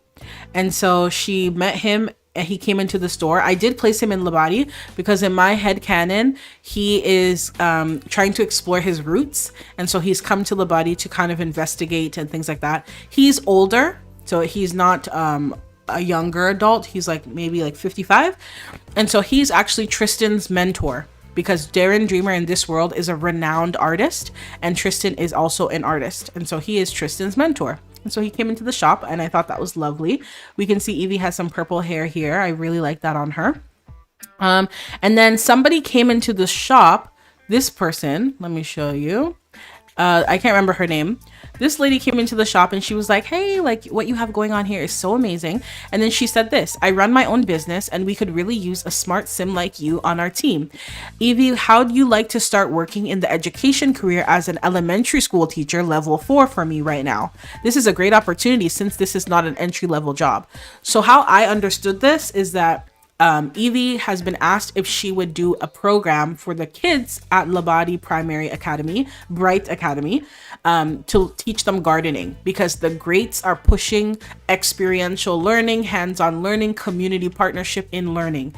So yeah, the greats sent this representative to see if Evie would be open to doing a garden program for the kids and coming to school from time to time to teach them gardening. So that's how I'm interpreting that, because Evie is not about to quit her good job in this nice career to become a teacher. Sorry, that's not gonna happen. And then I built the school. You already all saw that. And yeah, that's Malcolm Land Grab stuff. Cool. Yeah, that's pretty much where we're at now. So Evie is focused on her shop, her environmental pursuits, and Roman is focusing on his new project, which is Labadi Love Island. Kobe is about to start school. Well, he did his first day. He's going to start school. We're going to explore school with him. I would also like to go to camp with him. I think that would be so much fun.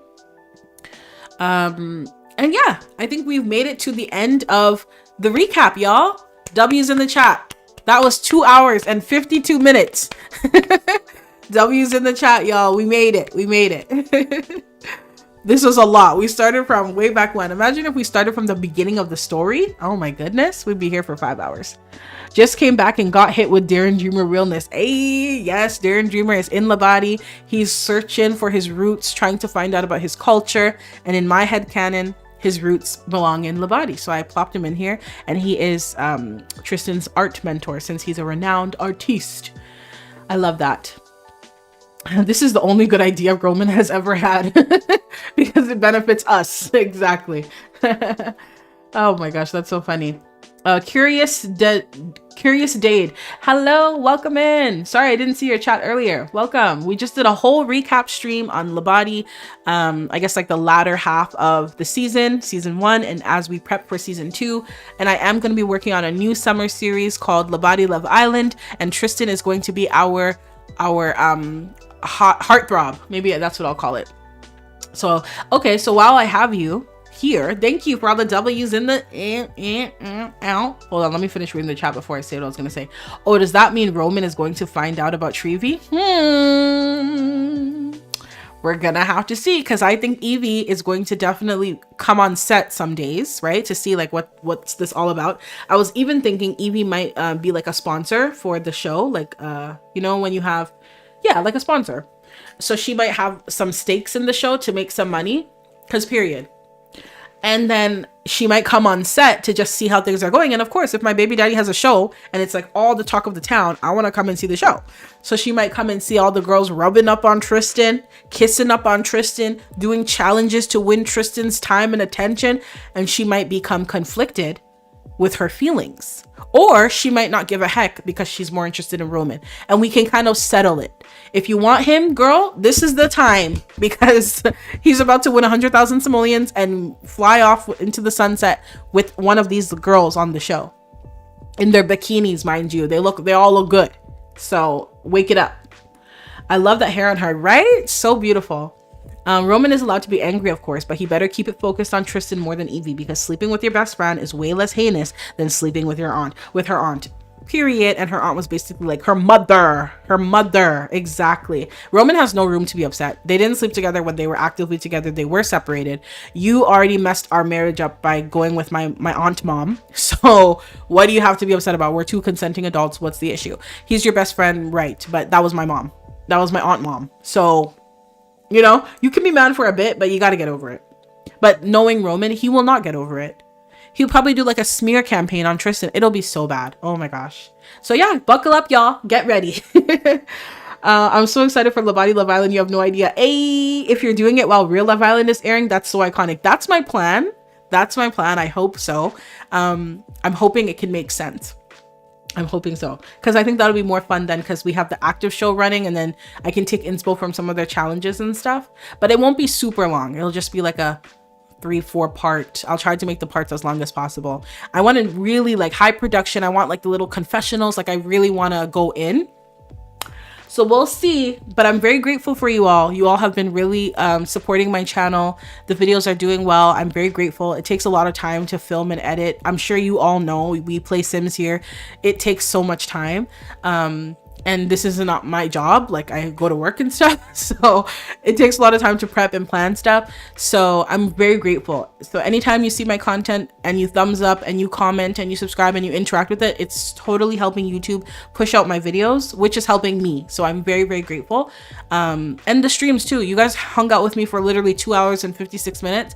Like it doesn't go unnoticed. You could be doing anything else. It's a Saturday. So I just wanted to let you know I'm super, super grateful. Thanks for supporting the channel. Thanks for supporting me and my little pixel people in my little storytelling corner. Okay, I never thought this was gonna be a thing, and now it's becoming a thing, and I'm very grateful. So thank you so much. Could you imagine like a recap influencer spilling the behind the scenes tea on that show with like, and these two were married, but these two, right, but these two were BFFs, but these two, right.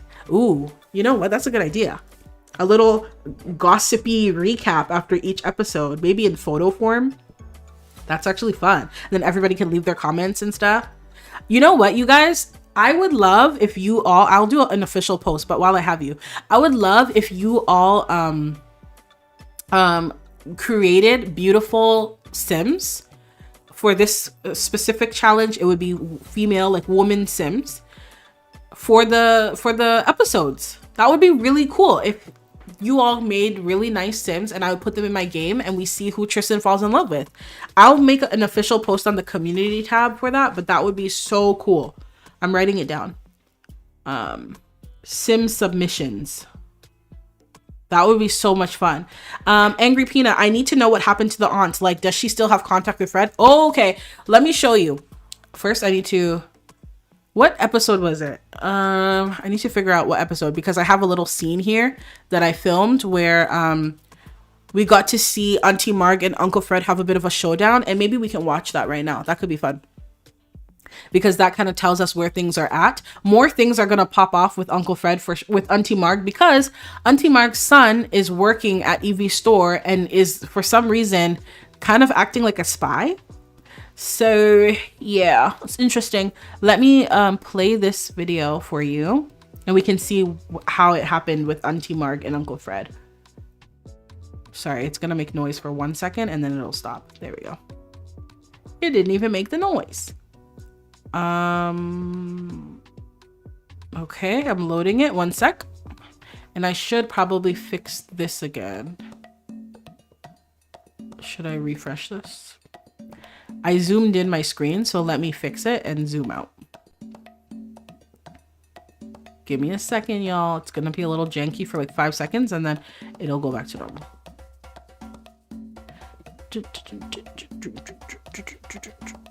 Period. I'll just full screen this for a second. Oh, why is my YouTube not running? Can I not run YouTube when I'm in YouTube? Let me pause this. I want to show you the little machinima scene I made with Auntie Marg and Uncle Fred.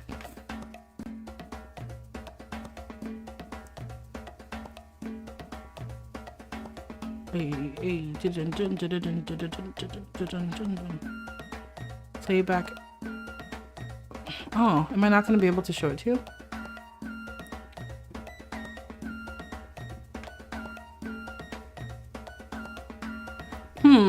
Okay, for some reason it's not letting me show you. I made a little machinima. I don't have the video on my computer anymore, so I can't show it to you like locally.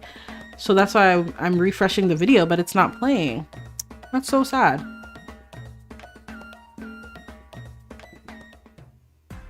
Okay, weird. Well, I can just tell you anyway. Perhaps I can even find some pictures. But Uncle Fred he got married, as we know, and then Auntie Marg was not in attendance.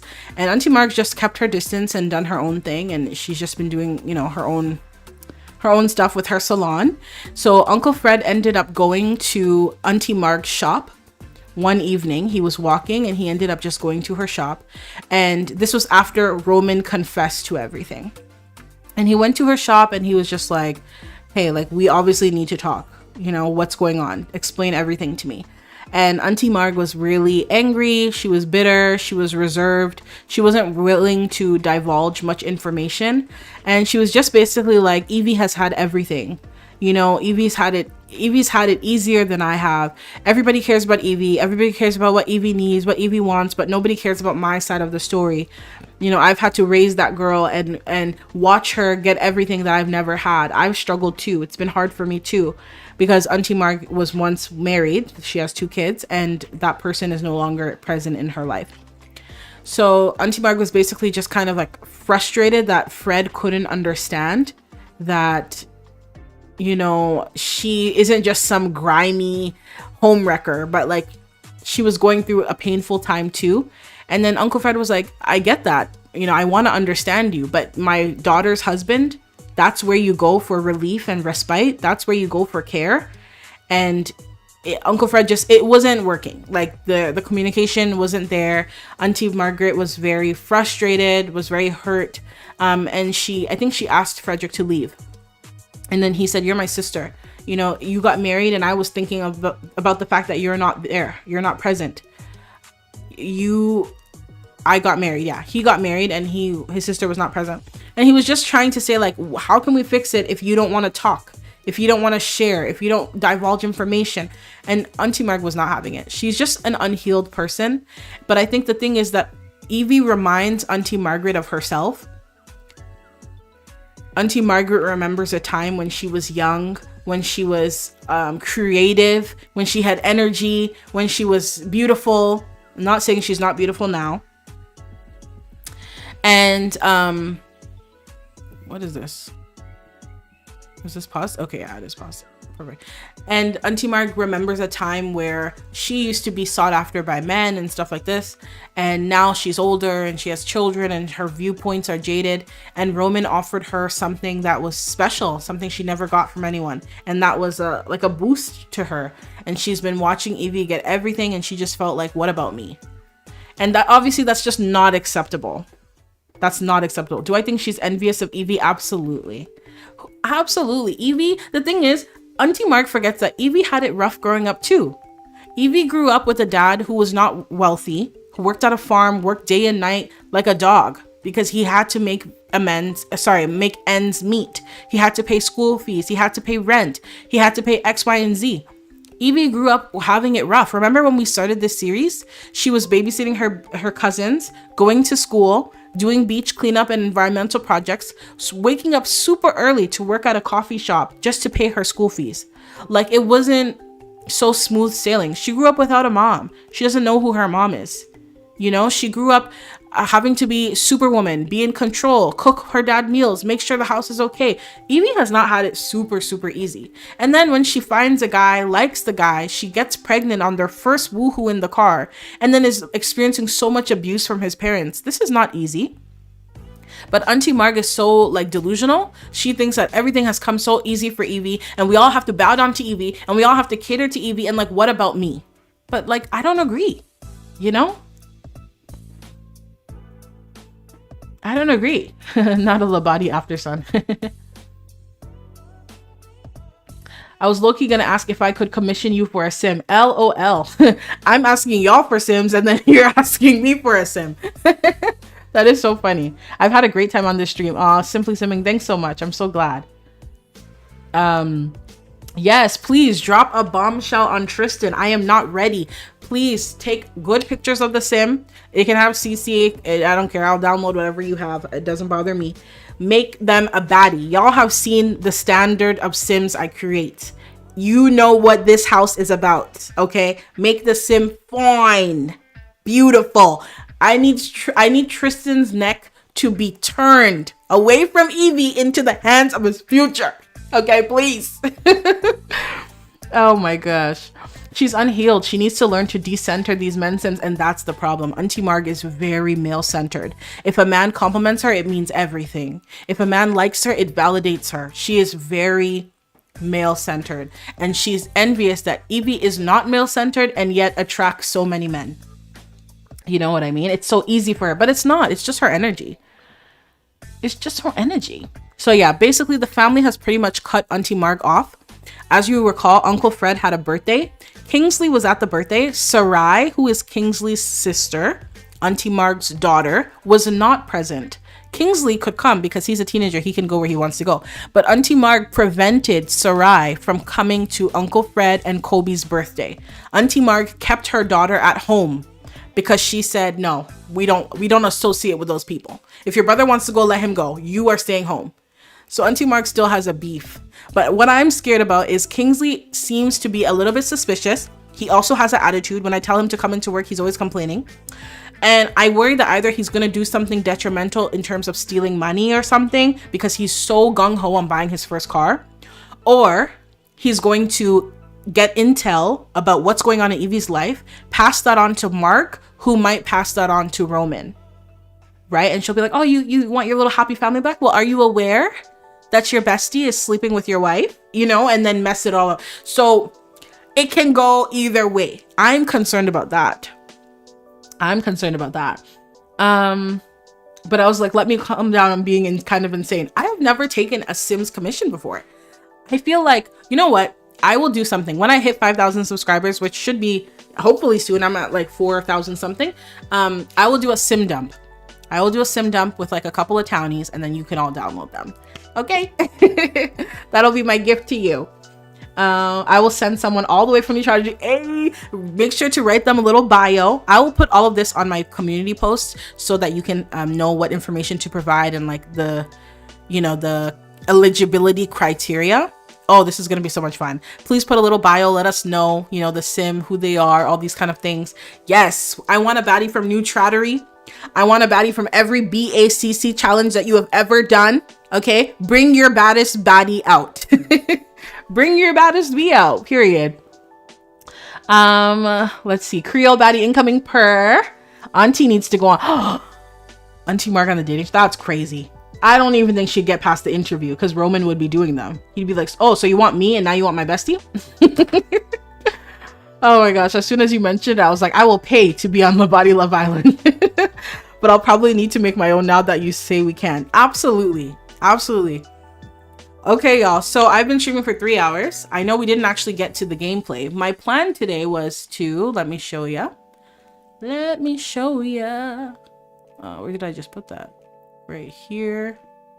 And then I can close this. We are at Long Live Labadi. Actually, you know what? While I'm here, I'm going to just show you real quick. I did some renos to the lot. So I'm going to show you this before I head out.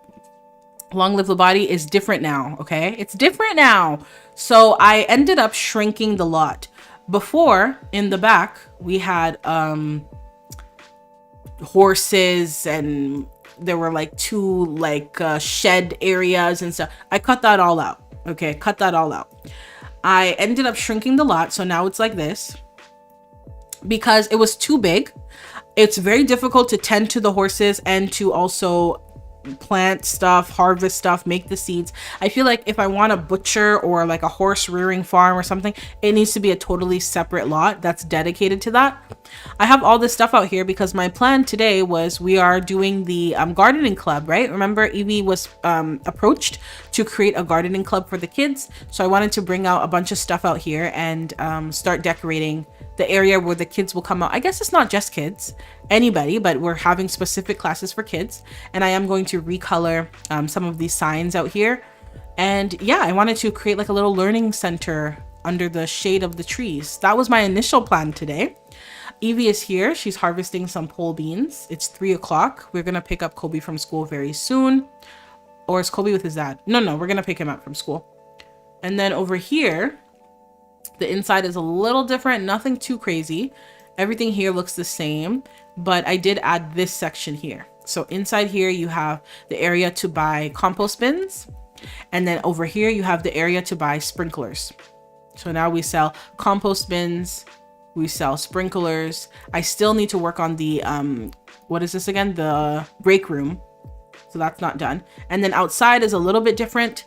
Instead of Christmas trees, we have a bit of a garden center now, and we sell planters, and these are all functional with the Lamare plant overhaul. You can see a lot of people are buying up the stuff.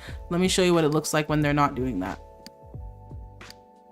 Yeah, you can see here that we have a bunch of planters over here and a bunch of planters out here. And so yeah, Sims can come and buy some planters along with their seeds so that they can, you know, have the full package, a full kit. So that's different. This side is still the pesticide organic water that I have going on over here. Somebody is here eating our bananas, sir. This man is literally freeloading us right now. He's literally grabbing bananas from our tree. It is not free, sir. This is theft. Thievery. Yeah, so that's pretty much the main changes. I want to redo her office as well. I feel like I want a different vibe, so I'm going to redo it. So office and break room need to be done. Everything else is looking good. And then clubs area, learning area out in the sun. So that's what we got going on. So this is what I was going to work on today, but I've already been here for 3 hours, so I got to go and eat food and nourish myself. That's so funny. But auntie with the wig, she'll be incognito. They're gonna know how. They're gonna know. How would they know? How would they know? So do you really want Auntie Marg on the show? I just feel like she's on the show trying to get Tristan. You know what I mean? Like, wouldn't she want Roman? I wouldn't put it past her to come on the set. You're absolutely right. And yeah, you're absolutely right. Let's call him. Let's call him. Let's call Kojo first and foremost. Let's call Kojo. Maybe her little app tells her somebody's on the property and she's like, what is going on? I'm just harvesting my pole beans and somebody's on the property. Banana thief, right? How dare you? Mind you, we have them on sale right here. Mind you, we're closed. There's a whole box of them, 14 simoleons. Like, you got it. Let's call him right now. She's like, oh my gosh, Kojo, I think someone's on the property. Let's call Kojo. Where's he at? Where's he at?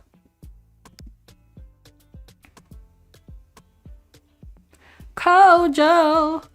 Which one are you? Oh, Kobe. My son. Okay, right here. Found him. Kojo. Kojo Thompson. Hey! Kojo said, I'm not even available right now. I have real crimes to bust. All right, then. It's up to me. Oh my god, he's literally climbing the tree? Sir. I'm gonna greet you with a tough handshake. He's literally stealing my coconuts and my bananas. It's a woman's world. We gotta handle business ourselves. Go on, girl. You got it. And if he tries to press charges, well, Kojo, I tried to call you. Excuse me, sir. What are you doing? Pretend she's asking him in an angry way. You know this is The Sims 2. Okay. Let's do it. My bad. I'm clicking on her. Charlie is his name. Irritate. Argue. She's like, excuse me, what are you doing here? He's like, what do you mean? I know that it's a bright sunny day, but that doesn't mean you climb up on people's trees and steal their bananas. I wasn't stealing. Yeah, you were. Totally saw you. Let's annoy him. I totally saw you stealing. What do you mean? You think I'm stupid? Huh? Oh my gosh. I'm gonna turn. Do I have all menus on? All menus on. Yeah, I do. Purr. Let's see. I'm going to want to fight him. Irritate. Fight. Attack. Poke. Shove. Shove. Get off my property. Do you hear me? Touch me and see what I'll do. See? He didn't even have the audacity to push me back. You know, sometimes they be doing that. Sometimes they push people back. He didn't even have the audacity to push us back because he already knew what was going to happen. We were going to handle the business. Look at her face. Oh, now he's crying. I'm sorry. I kind of feel bad. But you don't climb on people's trees, you know? I have a kid. Like, I can't just be so sure. She's like, please just get off the property. I don't want to have to call the cops. Okay, fine. Let's go eat our own bananas. The bananas we paid for. We can't even gather them. He's literally eaten them. I can't even get any. Okay, get the coconuts instead, girl. Oh gosh, I love The Sims 2. This is like my favorite game. Nothing compares. Yes. Period. All right, y'all. I know we're getting into Evie shenanigans, but let's have her go and water her plants. So yeah, the store is doing really good. We're thriving. We reached a rank 10 as well. So things are going good. So of course, the next step is to start up an educational portion and charge people for our classes. She's even thinking about it. Look, she's thinking about degrees in academia. It's just the next natural step. Period. So this is where I leave you folks. Banana thief. Why did she have an attraction bolt? She really has a soul type. She said, I like them bad. I like them criminals. I want an outlaw. But you guys, do you see she has a crush on Tristan? And do you see that her wants right here? Hire Tristan as an employee. I'm interpreting that as, I want to have another talk with Tristan. I want to call him up after work. Okay. 3 bolts with him. She has a crush on him. She is indeed in love with Roman still, you guys. Yep, she gained the love back. Our girl is a mess. With Joe, she has 2 bolts with him. Okay, she's not serious. 2 bolts with Joe and 3 with Roman, you're not serious. Not serious. But anyway, y'all, this is where I leave you. I hope that you guys had a good time. I will deco up the little gardening kids club myself and I'll show it to you on the next stream. I'm gonna keep streaming even though I'm prepping the Labadi Love Island in the background. I'm gonna keep streaming and keep the story going. So we're not waiting for that. We'll continue and continue and continue. So we'll see what happens. But yeah, I hope that you all had fun. Help climbing the tree. That man has been drinking some nectar. That's the only explanation. She doesn't want any of them. She just wants to hurt Evie, or at least that's what I feel. Exactly. She has it out for Evie, which is crazy. How do you hate your niece? Are you dumb? Are you dumb? What if she's trying to go on the show to just promote herself as a local celebrity just to get back out there? So is all for Tristan or will there be multiple dudes? They're all for Tristan. So it's Love Island / Bachelor. Love Island / Bachelor. All right, you guys, I'm leaving you. I promise I'm leaving you. I'll be back. I'll be back soon. I'm going to stream more. So, yep, stay tuned and I'll see you soon. Thanks for hanging out, everyone. Take care. Have a good weekend. Happy Easter Monday in advance if you celebrate. Take care. Bye. Thanks, everyone. Bye, Yarn. Oh my gosh, wait, Yarn, if you're still in here, what was the YouTube channel, the reaction one? Where you were like, if I wanted to get into Game of Thrones, I should watch that channel. I can't remember the name of it, but I wanted to write it down. If you're still here, I hope you are. Please tell me.